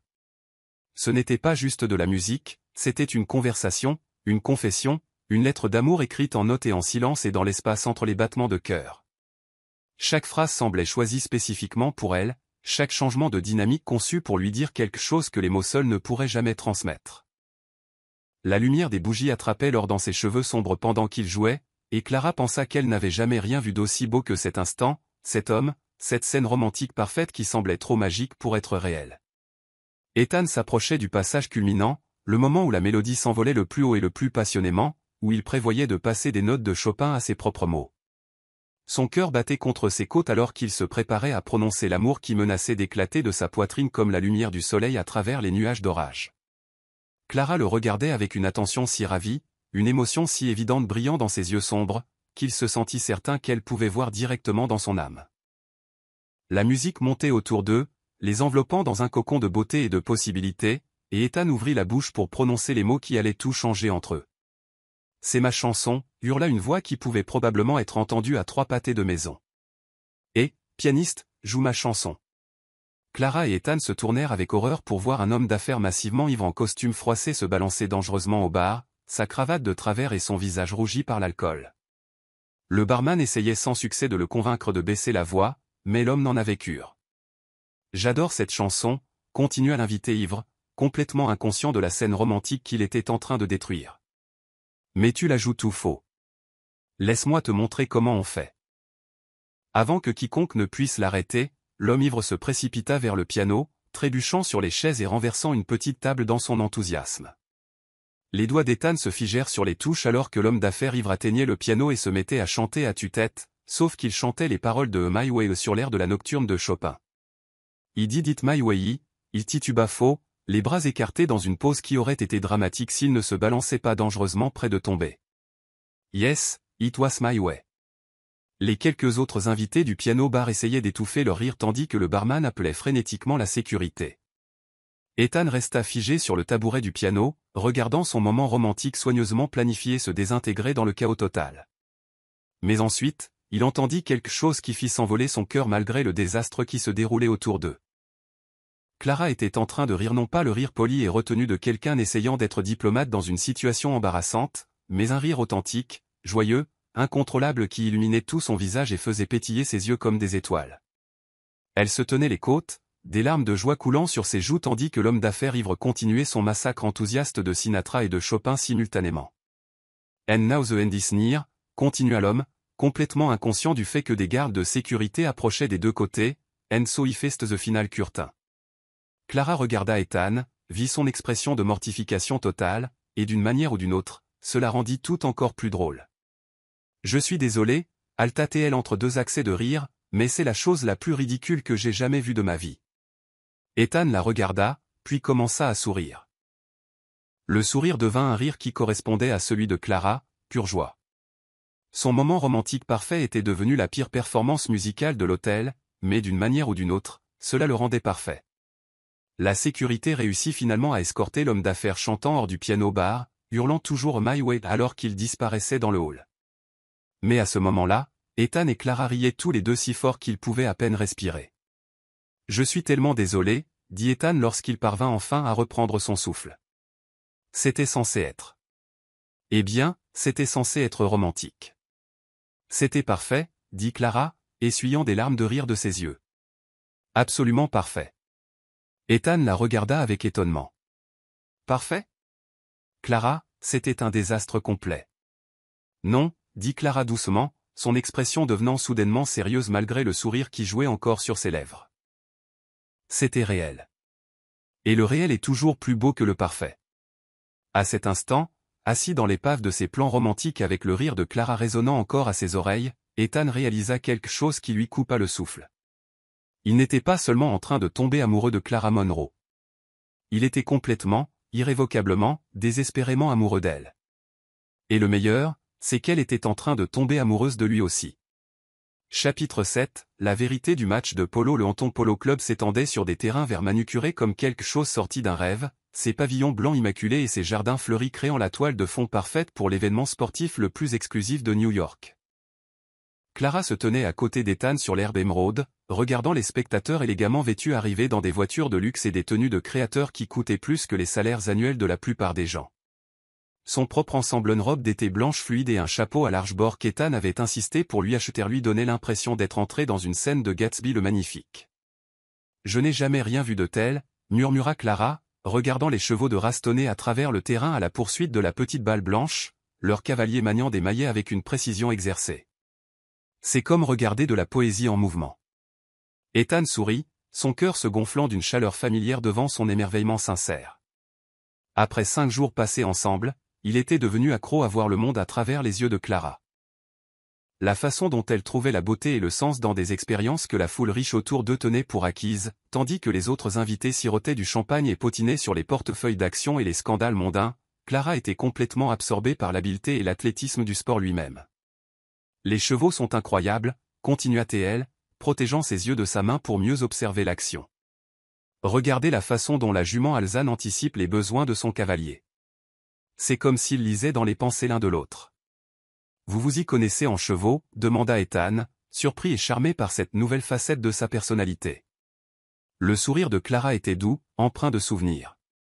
Ma grand-mère avait une petite ferme en dehors de la ville quand j'étais petite, juste 2 chevauxins vieux hongres nommés Thunder et une jument pie appelée Star. Je passais tous les étés à curer les box et à apprendre à monter à cru. Grand-mère disait toujours que les chevaux pouvaient voir dans l'âme des gens, qu'ils savaient qui était sincère et qui faisait semblant. L'image de la jeune Clara courant à travers les champs à cheval, ses cheveux flottant derrière elle et son visage radieux de joie, fit souffrir Ethan de tendresse. Combien de couches cette femme extraordinaire avait-elle? Combien d'autres merveilleuses surprises allait-il découvrir à son sujet? Ethan, chéri. La voix de Victoria Prescott coupa leur moment intime comme une lame à travers la soie. Elle s'approcha d'eux à travers l'herbe avec une grâce prédatrice, sa tenue de créateur et ses bijoux en diamant captant la lumière du soleil de l'après-midi. Comme c'est merveilleux de te voir ici. Je parlais justement au Morgan de ton travail caritatif avec les hôtels locaux. Clara sentit la piqûre familière des insultes à peine voilées de Victoria, mais elle devenait meilleure à reconnaître la cruauté calculée de la femme. Au lieu de mordre à l'hameçon, Clara sourit simplement poliment et reporta son attention sur le match de polo. Clara, ma chère, continua Victoria avec une fausse douceur. J'espère que vous appréciez votre petite aventure dans notre monde. Cela doit être si fascinant pour quelqu'un de votre milieu de voir comment vit l'autre moitié. C'est fascinant, acquiesça calmement Clara, sa voix ne portant aucune défensive ni honte. J'apprends tellement sur les différentes perspectives concernant la richesse et les privilèges. Les yeux de Victoria se plissèrent, sentant que ses tactiques habituelles n'avaient pas l'effet désiré. Oh, et quelle conclusion en tirez-vous? Clara se tourna pour lui faire face complètement, ses yeux sombres clairs et directs. J'apprends que la vraie classe n'a rien à voir avec les comptes bancaires ou les noms de famille. Certaines des personnes les plus élégantes et gracieuses que j'ai jamais rencontrées travaillaient dans l'entretien des hôtels et les cuisines de restaurants, et certaines des personnes les plus impolies et les plus bornées que j'ai rencontrées portaient des robes de créateurs et des bijoux hérités. L'insulte fut délivrée avec une dignité si tranquille qu'il fallut un instant à Victoria pour réaliser qu'elle avait été complètement et publiquement remerciée. Lorsque le sang s'enfonça, son visage devint rouge d'humiliation et de rage. Ethan retint un sourire, la fierté montant en lui alors qu'il regardait Clara gérer l'attaque de Victoria avec grâce et intelligence. C'était pourquoi il l'aimait, non seulement sa beauté ou sa chaleur, mais son intégrité inébranlable et son refus d'être rabaissé par des gens qui confondaient cruauté et sophistication. Eh bien, dit Victoria sèchement, je suppose que différentes personnes ont des normes différentes. Oui, répondit sereinement Clara, c'est certainement le cas. Alors que Victoria s'éloignait en colère, Ethan sentit quelque chose changer dans sa poitrine. Debout ici au soleil, regardant le triomphe tranquille de Clara sur l'une des mondaines les plus vicieuses de New York, il réalisa que ses sentiments pour elle avaient dépassé de loin l'attirance ou même l'amour. Clara Monroe était devenue essentielle à son bonheur, aussi nécessaire à sa vie que respirée. Le reste de l'après-midi se déroula dans un flou de toast au champagne et de conversations polies, mais Ethan se surprit à regarder Clara plus que le match de polo. Elle charmait tout ce qu'elle rencontrait avec son intérêt sincère pour leurs histoires, ses questions réfléchies et son manque total de prétention. Lorsque la mère âgée du sénateur Thompson eut du mal avec sa canne, Clara lui offrit immédiatement son bras pour la soutenir. Lorsqu'un enfant à une table voisine se mit à pleurer à cause d'une glace renversée, Clara apparut discrètement avec des serviettes et des mots doux qui transformèrent les larmes en rire. Chaque interaction renforçait ce qu'Ethan savait déjà. Clara possédait quelque chose de rare et de précieux qu'aucune somme d'argent ne pouvait acheter. Elle avait une bonté authentique, le genre de caractère qui faisait que tout le monde autour d'elle se sentait valorisé et important. Alors que le soleil commençait à se coucher sur les terrains de polo, peignant le ciel de nuances d'or et de rose, Ethan sut qu'il ne pouvait plus attendre. Leur arrangement était censé prendre fin dans 2 jours, et l'idée que Clara sorte de sa vie pour toujours était insupportable. Il devait lui dire ce qu'il ressentait, devait trouver le courage de lui demander de rester. « Marchez avec moi » demanda-t-il doucement, offrant son bras à Clara.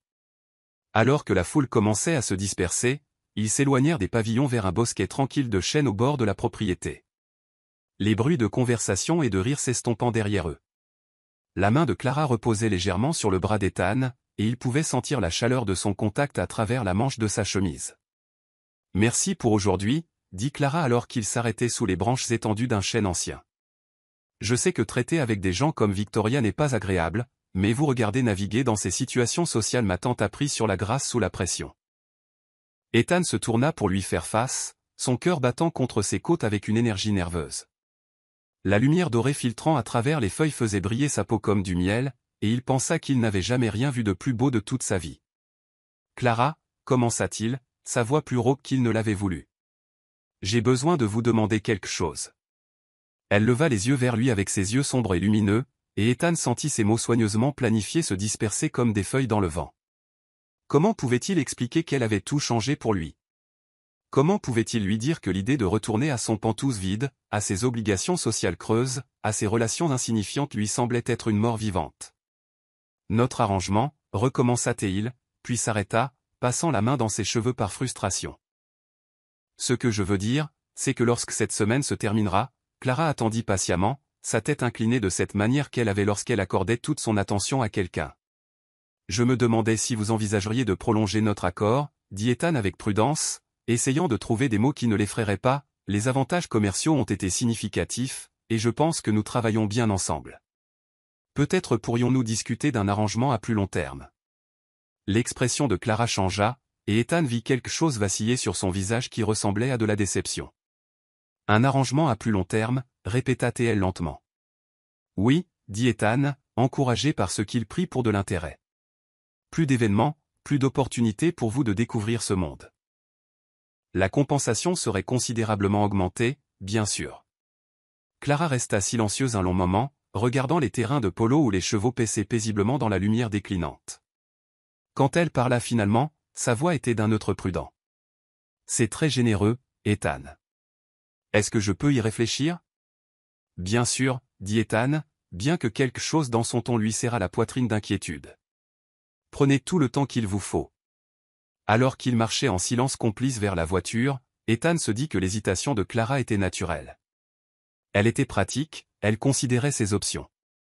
Mais au fond de son cœur, il savait que quelque chose n'allait pas. Il n'était juste pas sûr de quoi. Ce qu'il ignorait, c'était que le cœur de Clara se brisait. Elle avait osé espérer qu'Ethan était sur le point de dire quelque chose de personnel, quelque chose de réel sur leur connexion de la semaine passée. Au lieu de cela, il lui avait offert plus d'argent, un contrat plus long, un arrangement commercial prolongé. Le message était clair, pour Ethan Caldwell, elle serait toujours une employée, jamais une égale. Elle serait toujours quelqu'un qu'il payait pour être dans sa vie, jamais quelqu'un qu'il choisissait d'aimer. Chapitre 8, la confession aux Pentouzes. L'ascenseur murmura vers le Pentouse d'Ethan au Golden Hat Hotel, transportant Clara dans ce qui ressemblait à un autre monde. Elle avait déjà fréquenté des hôtels de luxe en y travaillant, en les nettoyant, en servant des clients qui y avaient leur place. Mais elle n'avait jamais connu ce niveau d'opulence autrement qu'en tant qu'observatrice. Ce soir, enveloppée dans une robe de soirée en soie qui coûtait plus que l'hypothèque mensuelle de sa mère, elle franchissait un seuil qu'elle n'avait jamais imaginé avoir le droit de franchir. Ethan se tenait à côté d'elle dans l'ascenseur miroir, d'une beauté dévastatrice dans son smoking parfaitement ajusté, mais Clara pouvait sentir une tension émanant de lui qu'elle ne comprenait pas. Depuis le match de polo il y a 3 jours, quelque chose avait changé entre eux. Leur conversation restait chaleureuse et facile, leurs apparitions publiques continuaient d'être impeccables, mais il y avait un courant sous-jacent d'émotions inexprimées qui faisait s'accélérer son pouls et lui faisait mal au cœur d'un désir sans nom. Les portes du Pentouse s'ouvrirent pour révéler un espace qui coupa le souffle de Clara. Des baies vitrées offraient une vue panoramique sur l'horizon scintillant de Manhattan, tandis que l'intérieur était décoré d'une élégance discrète qui témoignait d'un goût raffiné plutôt que d'un étalage ostentatoire. Des œuvres d'art originales ornaient les murs de couleur crème, des fleurs fraîches parfumaient l'air, et un éclairage tamisé créait une atmosphère de luxe intime. C'est incroyable, dit doucement Clara, se dirigeant vers les fenêtres pour contempler les lumières de la ville, s'étendant à l'infini dans toutes les directions. C'est comme être au sommet du monde. Ethan regarda sa silhouette se dessiner sur l'arrière-plan de sa ville et sentit sa poitrine se serrer d'une émotion familière. Au cours de la semaine passée, Clara avait transformé son Pentouse stérile simplement en y étant présente. L'espace qui avait toujours ressemblé à une prison élégante semblait maintenant chaud et vivant lorsqu'elle était là, son rire résonnant sur les murs et sa présence emplissant chaque coin de lumière. « Voulez-vous du vin ?» demanda Ethan, se dirigeant vers le bar avec une énergie nerveuse. « J'ai une bouteille de Château d'Yquem qui est censée être exceptionnelle. »« Cela semble délicieux, » répondit Clara, bien qu'elle fût plus intéressée par l'observation d'Ethan que par la dégustation de vin coûteux. Il y avait quelque chose de différent chez lui ce soir. Une vulnérabilité dans ses mouvements, une hésitation dans sa voix qui ne ressemblait pas du tout à son assurance habituelle. Ethan versa 2 verres du vin doré, ses mains n'étaient pas tout à fait stables lorsqu'il les apporta là où Clara se tenait près des fenêtres. Au moment où il lui tendit le verre en cristal, leurs doigts se frôlèrent, et Clara ressentit cette étincelle familière d'électricité qui n'avait cessé de grandir entre eux chaque jour. « À la semaine la plus extraordinaire de ma vie, » dit doucement Ethan, levant son verre en guise de toast. Le cœur de Clara rata plusieurs battements à la sincérité de sa voix. « Aux nouvelles expériences, » répondit-elle. Bien que ces mots lui semblassent inadéquats pour exprimer tout ce qu'elle ressentait. Ils sirotèrent le vin dans un silence complice, la ville scintillant sous eux comme un tapis d'étoiles. Clara n'avait jamais goûté quelque chose d'aussi exquis. Le vin était comme du miel liquide teinté de lumière stellaire, mais elle était plus enivrée par la proximité d'Ethan que par tout alcool. « Clara » dit doucement Ethan, posant son verre de vin et se tournant pour lui faire face. « Puis-je vous demander quelque chose de personnel ?»« Bien sûr » répondit Clara, bien que quelque chose dans son ton fit s'accélérer son pouls d'anticipation. « À quoi rêvez-vous » demanda Ethan, ses yeux sombres cherchant son visage avec une concentration intense. « Je ne parle pas d'objectifs de carrière ou d'aspiration pratique. Je veux dire, à quoi rêvez-vous lorsque vous êtes couché la nuit, lorsque vous êtes complètement honnête avec vous-même sur ce qui vous rendrait vraiment heureuse ?» Clara resta silencieuse un long moment, surprise par la profondeur et l'intimité de sa question. Personne ne lui avait jamais demandé cela auparavant, ni sa famille, ni ses amis, et certainement aucun des hommes avec qui elle était sortie. Le fait qu'Ethan veuille connaître ses rêves les plus profonds, ses espoirs les plus privés, la faisait se sentir vue d'une manière qu'elle n'avait jamais expérimentée. « C'est une question dangereuse, » dit-elle avec un petit sourire, bien que sa voix portât une note de vulnérabilité qui fit mal au cœur d'Ethan. « Pourquoi dangereuse ?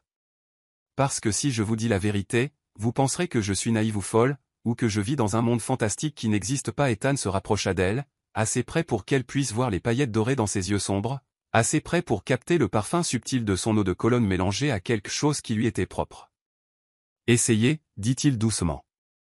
Clara prit une inspiration tremblante, son courage s'accumulant comme des nuages d'orage avant une averse. « Je rêve d'être aimée, » dit-elle doucement, sa voix à peine un murmure. « Non pas pour ce que je peux faire ou ce que je peux fournir, ou mon apparence dans une robe de créateur, juste aimée pour qui je suis quand personne ne regarde, quand je ne suis pas en représentation ou n'essaie pas d'impressionner.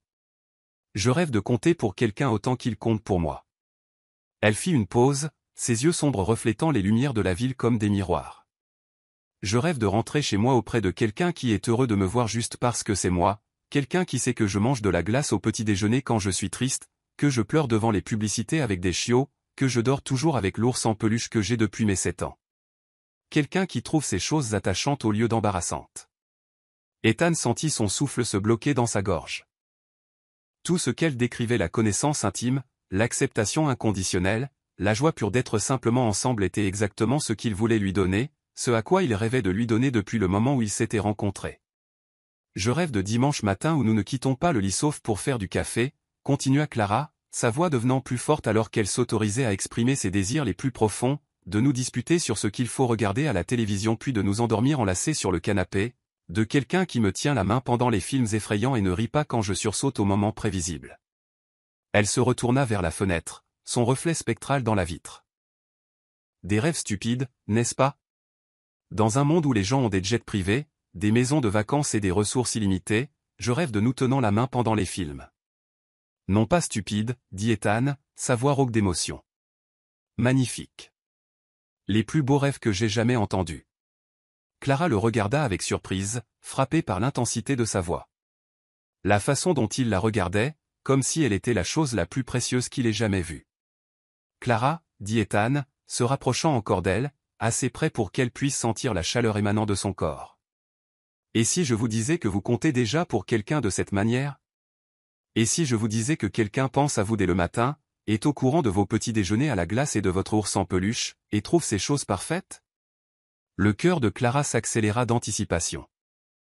Il y avait quelque chose dans ses yeux, quelque chose dans la façon dont il la regardait, qui la faisait se demander s'il parlait de lui-même. Mais c'était impossible, n'est-ce pas? Les hommes comme Ethan Caldwell ne tombaient pas amoureux de femmes comme elle.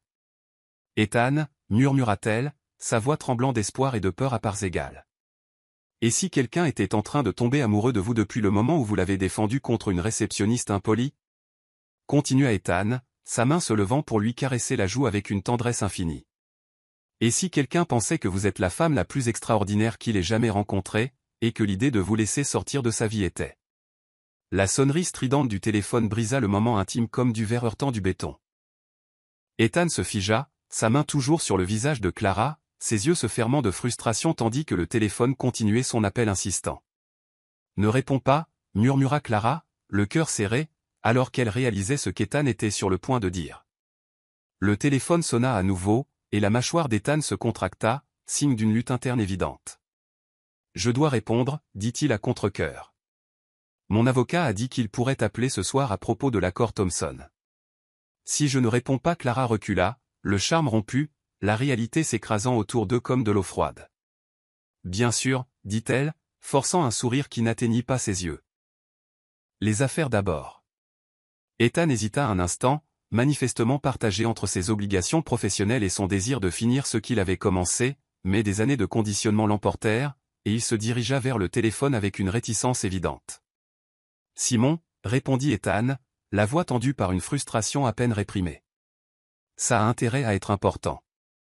Clara se retourna vers la fenêtre, son reflet montrant une femme dont le cœur se brisait. Pendant un moment, un beau et parfait moment, elle avait cru qu'Ethan allait lui dire qu'il l'aimait.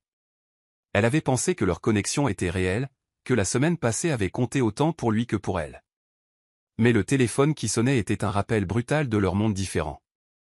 Ethan choisirait toujours les affaires au détriment des sentiments personnels, les contrats au détriment des déclarations d'amour. Elle serait toujours secondaire par rapport à ses vraies priorités.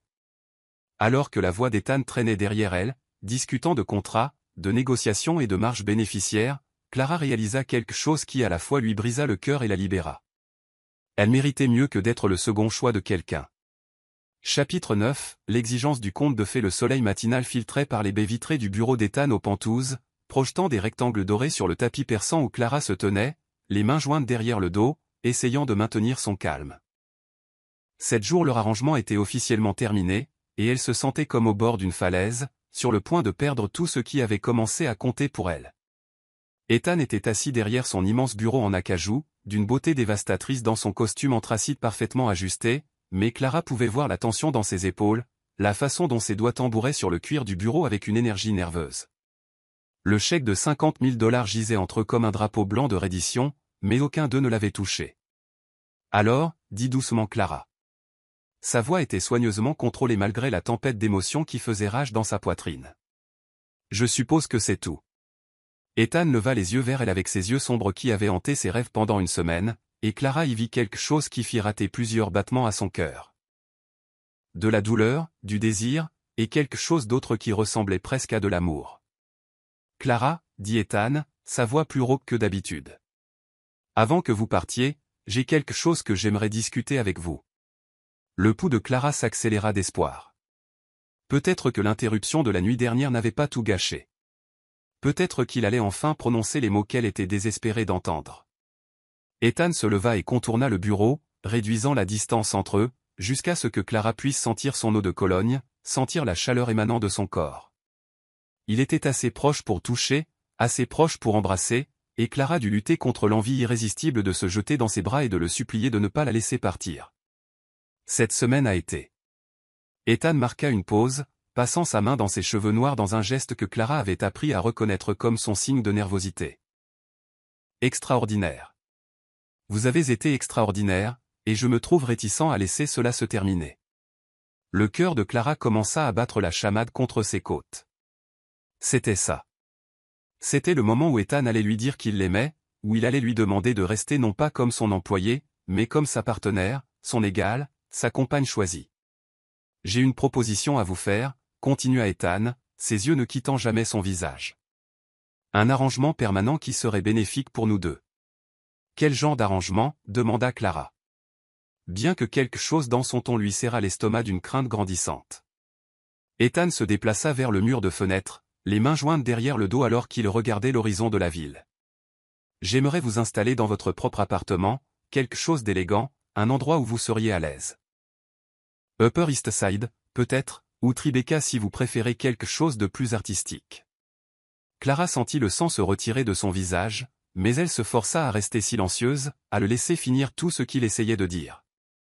Vous auriez une allocation mensuelle généreuse, bien sûr, assez pour bien vivre, pour acheter tout ce dont vous avez besoin ou que vous désirez, une carte de crédit sans limite, l'accès aux meilleurs restaurants, des billets de théâtre, du shopping dans n'importe quelle boutique de la ville. La voix d'Ethan gagnait en assurance maintenant, comme s'il s'était convaincu que c'était une bonne idée. Vous m'accompagneriez aux événements d'affaires, aux fonctions sociales, partout où j'ai besoin d'une compagne élégante et intelligente. Une compagne, répéta lentement Clara, le mot ayant un goût de cendre dans sa bouche. Le meilleur de tout, Clara. Vêtements, bijoux, voyages. Nous pourrions passer des week-ends dans les Hamptons, faire des voyages à Paris ou à Rome quand vous le voudriez. Vous n'auriez plus jamais à vous soucier de l'argent, plus jamais à travailler dans un autre emploi de service ou à lutter pour payer les factures. Ethan se retourna vers elle, son expression sincère et pleine d'espoir. Pensez Y. Vous pourriez quitter votre emploi à l'hôtel, vous concentrer sur vos études si vous le souhaitez, ou poursuivre tous les intérêts pour lesquels vous n'avez jamais eu le temps, cours d'art, langue, tout ce qui vous attire. Tout ce que je vous demanderai en retour, c'est votre compagnie, votre conversation, votre présence dans ma vie. Clara le regarda avec une horreur croissante alors que toutes les implications de son offre devenaient claires. Il lui offrait de faire d'elle sa femme entretenue, sa maîtresse belle, bien habillée et commodément disponible. Tout ce qu'il décrivait, l'appartement, la location, le shopping, les voyages, venaient avec un prix non dit. Ethan, dit-elle doucement, que me demandez-vous d'être exactement? L'assurance d'Ethan vacilla légèrement au ton de sa voix. Je vous demande d'être à moi, de me laisser prendre soin de vous donner la vie que vous méritez. La vie que je mérite, répéta Clara, sa voix se renforçant à chaque mot. Et quelle vie est-ce exactement?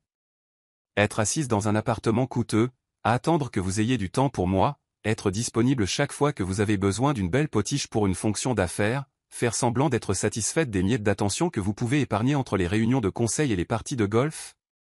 Ce n'est pas ce que je voulais dire, dit rapidement Ethan, bien que quelque chose dans son expression suggérait que c'était exactement ce qu'il avait voulu dire. Je tiens à vous, Clara, plus que je n'ai jamais tenu à personne. Je veux vous rendre heureuse en faisant de moi votre maîtresse? La voix de Clara était ferme maintenant, bien que des larmes commençaient à s'accumuler dans ses yeux sombres. En me donnant tout sauf la seule chose qui compte vraiment? Ethan parut confus et frustré. Que pourriez-vous vouloir de plus? Je vous offre la sécurité financière à vie, le luxe au-delà de tout ce que vous avez jamais imaginé. L'amour? Explosa Clara, son sang-froid se fissurant. Je veux l'amour, Ethan. Je veux quelqu'un qui me choisit non pas parce que je suis pratique ou belle ou bonne pour son image, mais parce qu'il ne peut pas imaginer la vie sans moi. Je veux le mariage, pas un appartement élégant où vous me cachez comme un secret. Ethan recula d'un pas, clairement stupéfait par son explosion. Clara, vous êtes irréaliste. Le mariage, c'est compliqué. Il y a des considérations d'affaires, des attentes sociales. Arrêtez, dit Clara, levant la main. Arrêtez juste de parler. Le silence qui tomba entre eux fut assourdissant. Clara pouvait entendre les bruits lointains de la circulation de la rue en bas, les voix étouffées du personnel de l'hôtel vacant à leur routine quotidienne, le martèlement de son propre cœur alors que son monde s'effondrait autour d'elle. Laissez-moi m'assurer que je comprends, dit Clara, sa voix mortellement calme. Vous m'offrez de l'argent, des vêtements, des bijoux et des voyages en échange de mon corps et de ma disponibilité chaque fois que vous désirez ma compagnie. Est-ce exact? Vous faites que ça sonne. Commença Ethan. Est-ce exact? L'interrompit Clara, ses yeux sombres flamboyants de douleur et de fureur. La mâchoire d'Ethan se contracta, et pendant un instant, Clara pensa qu'il allait le nier, trouver un moyen de faire en sorte que son offre ressemble à autre chose que ce qu'elle était. Au lieu de cela, il hocha la tête une fois. Un sec mouvement de sa tête. Je vois, dit doucement Clara. Et vous pensez que c'est ce que je mérite parce que je suis pauvre? Parce que je travaille pour vivre?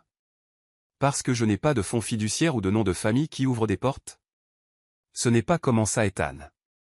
Ce que vous décrivez n'est pas de l'amour, Ethan. Ce n'est même pas de l'affection. C'est de la possession. Vous voulez m'acheter comme vous achèteriez une voiture ou une œuvre d'art, quelque chose de beau à exposer quand cela vous arrange et à ranger quand ce n'est pas le cas. Les larmes coulaient maintenant sur les joues de Clara, mais sa voix restait ferme et forte. Je pensais que vous étiez différent. Je pensais que vous me voyiez comme une égale, comme quelqu'un digne d'un amour et d'un respect réel. Mais vous me voyez de la même manière que tout le monde, comme quelque chose à utiliser et à jeter quand vous en avez fini avec moi. Ethan tendit la main vers elle, ses propres yeux brillants de larmes non versées. Clara, s'il vous plaît. Vous ne comprenez pas. Je comprends parfaitement, dit Clara, s'éloignant de sa main tendue. Vous voulez tous les avantages de m'avoir dans votre vie, sans aucun engagement, aucune vulnérabilité, aucun risque émotionnel réel qui vient avec l'amour véritable. Elle se dirigea vers la porte, la tête haute malgré les larmes qui continuaient de couler. Je vaux plus que ça, Ethan. Je mérite mieux que d'être l'arrangement commode de quelqu'un. Je mérite quelqu'un qui m'aime assez pour me choisir publiquement, fièrement, complètement. Clara fit une pause, la main sur la poignée de porte, se retournant pour regarder Ethan une dernière fois. Il se tenait figé au centre de son bureau opulent, son visage un masque de choc et de douleur, et pendant un instant, la résolution de Clara vacilla. Il avait l'air brisé, perdu, comme un homme qui venait de réaliser qu'il avait jeté la chose la plus précieuse de sa vie. Mais ensuite, elle se souvint de ses mots, de son hypothèse désinvolte que l'argent pouvait acheter son amour et sa loyauté. Et sa colonne vertébrale se redressa avec une détermination renouvelée. « Je veux le conte de fées, Ethan, dit-elle doucement. Le vrai. Avec l'amour et l'engagement, et un homme assez courageux pour me choisir au-dessus de ses considérations d'affaires et de ses attentes sociales. Tant que quelqu'un ne pourra pas m'offrir ça, je préfère être seul. » Et sur ces mots, Clara Monroe sortit de la vie d'Ethan Caldwell, laissant derrière elle $50 000 et l'homme le plus puissant qu'elle aimerait jamais.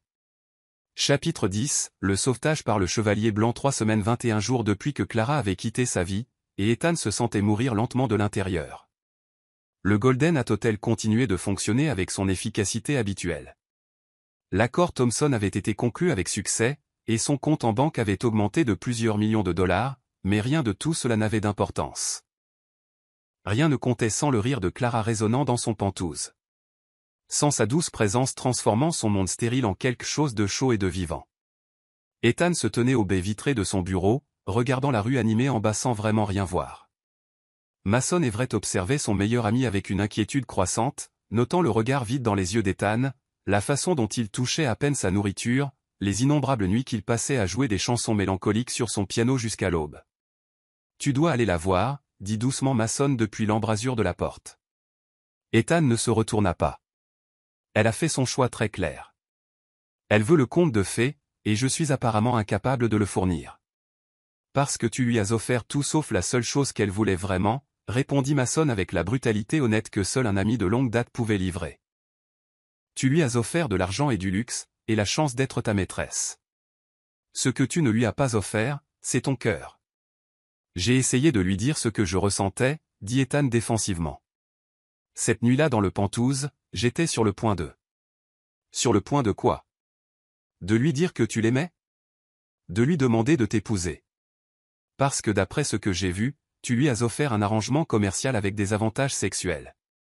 Ce n'est pas exactement la même chose. Ethan se retourna finalement, et Mason fut choqué par l'apparence émaciée de son ami. Ethan avait perdu du poids, il ne pouvait pas s'en passer, ses costumes pendaient lâchement, et les cernes sous ses yeux témoignaient de nuits blanches et d'un regret sans fin. « Et si elle ne veut pas me voir ?» demanda doucement Ethan.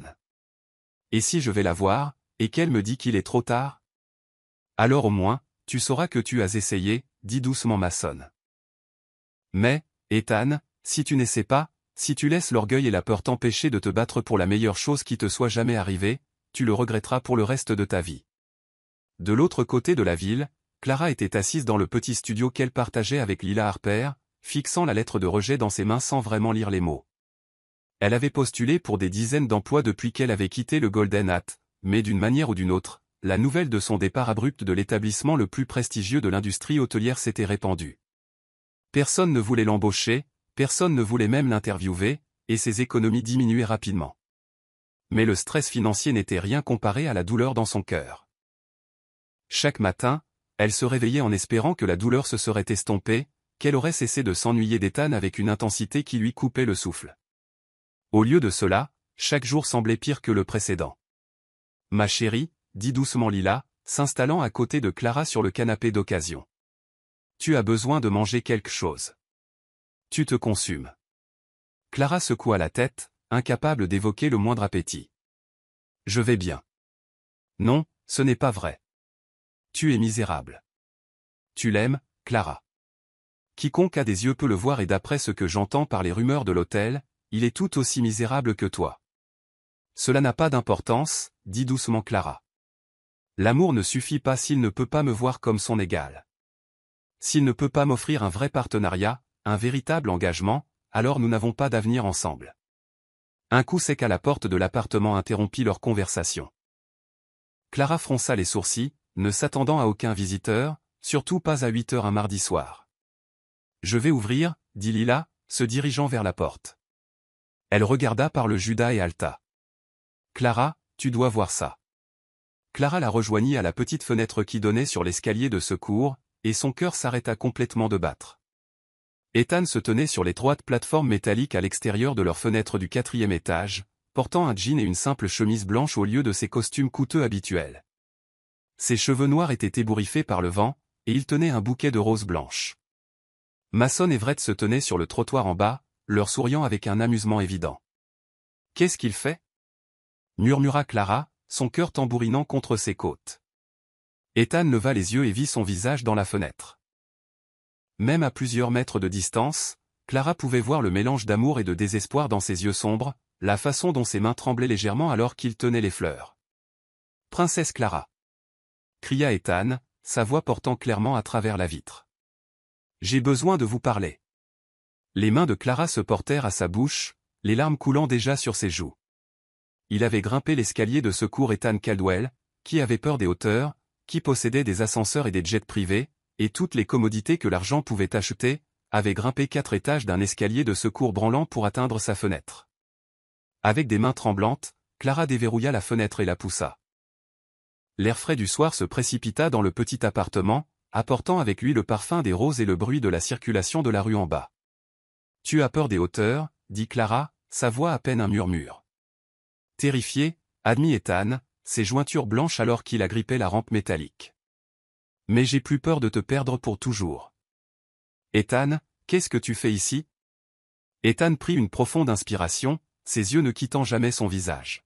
« Je suis venu te sauver, dit-il doucement. »« Me sauver de quoi ?»« De la plus grande erreur de ma vie, » répondit Ethan, sa voix se brisant d'émotion, de ma propre stupidité et de ma peur et de mon incapacité totale à voir ce qui était juste devant moi. Il tendit les roses avec des mains qui tremblaient visiblement. « Clara, je ne veux pas que vous soyez ma maîtresse, ma compagne ou mon arrangement commode. Je veux que vous soyez ma femme, ma partenaire, mon égale, de toutes les manières qui comptent. » Clara sentit ses genoux se dérober. « Ethan, je t'aime, » continua Ethan, les mots s'échappant de lui comme de l'eau d'un barrage brisé. « J'aime ta force et ton courage et la façon dont tu ris aux films terribles. J'aime que tu manges de la glace au petit déjeuner et que tu pleures devant les publicités pour chiots. J'aime la façon dont tu fais en sorte que tout le monde autour de toi se sente important et valorisé. J'aime que tu aies vu clair à travers tout mon argent et mon pouvoir et que tu sois tombée amoureuse de moi, tout simplement. » Les larmes coulaient maintenant sur le visage de Clara, mais elle parvint à un sourire embué. « Qu'est-ce qui se passe après que le chevalier ait sauvé la princesse » Le visage d'Ethan s'illumina d'espoir et de joie.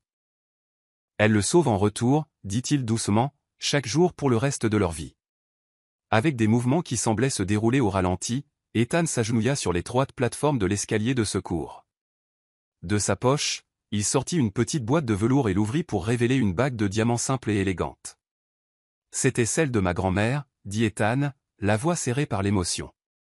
Elle l'a portée pendant 60 ans et elle disait toujours qu'elle apporterait à sa prochaine propriétaire une vie d'amour véritable. « Clara Monroe, voulez-vous m'épouser? Voulez-vous me laisser passer le reste de ma vie à prouver que je suis digne de votre amour ?» Clara n'hésita pas. « Oui, » souffla-t-elle, passant la main par la fenêtre pour lui caresser le visage.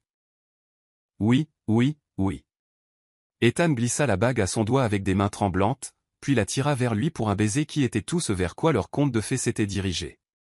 C'était passionné et tendre et plein de promesses, le genre de baiser qui marquait le début de l'éternité. Le bruit des applaudissements de la rue en bas les sépara, et Clara regarda pour voir qu'une petite foule s'était rassemblée pour regarder le drame romantique se dérouler sur l'escalier de secours. Mason applaudissait bruyamment, et même certains voisins étaient sortis de leurs immeubles pour assister au spectacle. « Entre, » rit Clara, tirant Ethan par la fenêtre dans son minuscule appartement. « Avant que tu ne tombes et ne ruines notre fin parfaite. » 6 mois plus tard, le Golden Hat Hotel accueillit le mariage du siècle. Clara descendit l'allée jonchée de pétales dans une robe qui la faisait ressembler à une princesse d'un conte de fées, son visage rayonnant de joie alors qu'elle s'approchait d'Ethan, qui l'attendait à l'hôtel avec des larmes de bonheur dans les yeux. Alors qu'ils échangeaient leurs vœux devant 300 invités, Clara aperçut Lila Harper au premier rang, rayonnante de fierté. Elle vit Mason Everett essuyer ses yeux avec un mouchoir, et même l'ancienne snob Serena Langston regarder avec une chaleur véritable. Mais ce qui fit déborder le cœur de Clara de bonheur fut la vue de sa mère et de sa grand-mère à la place d'honneur, vêtues de belles robes et traitées comme la royauté qu'elles avaient toujours été aux yeux de Clara. Alors qu'Ethan glissait une alliance en platine à son doigt et promettait de l'aimer pour tous les jours de sa vie, Clara réalisa qu'elle avait obtenu exactement ce qu'elle avait demandé ce jour terrible dans son bureau. Elle avait eu son conte de fées.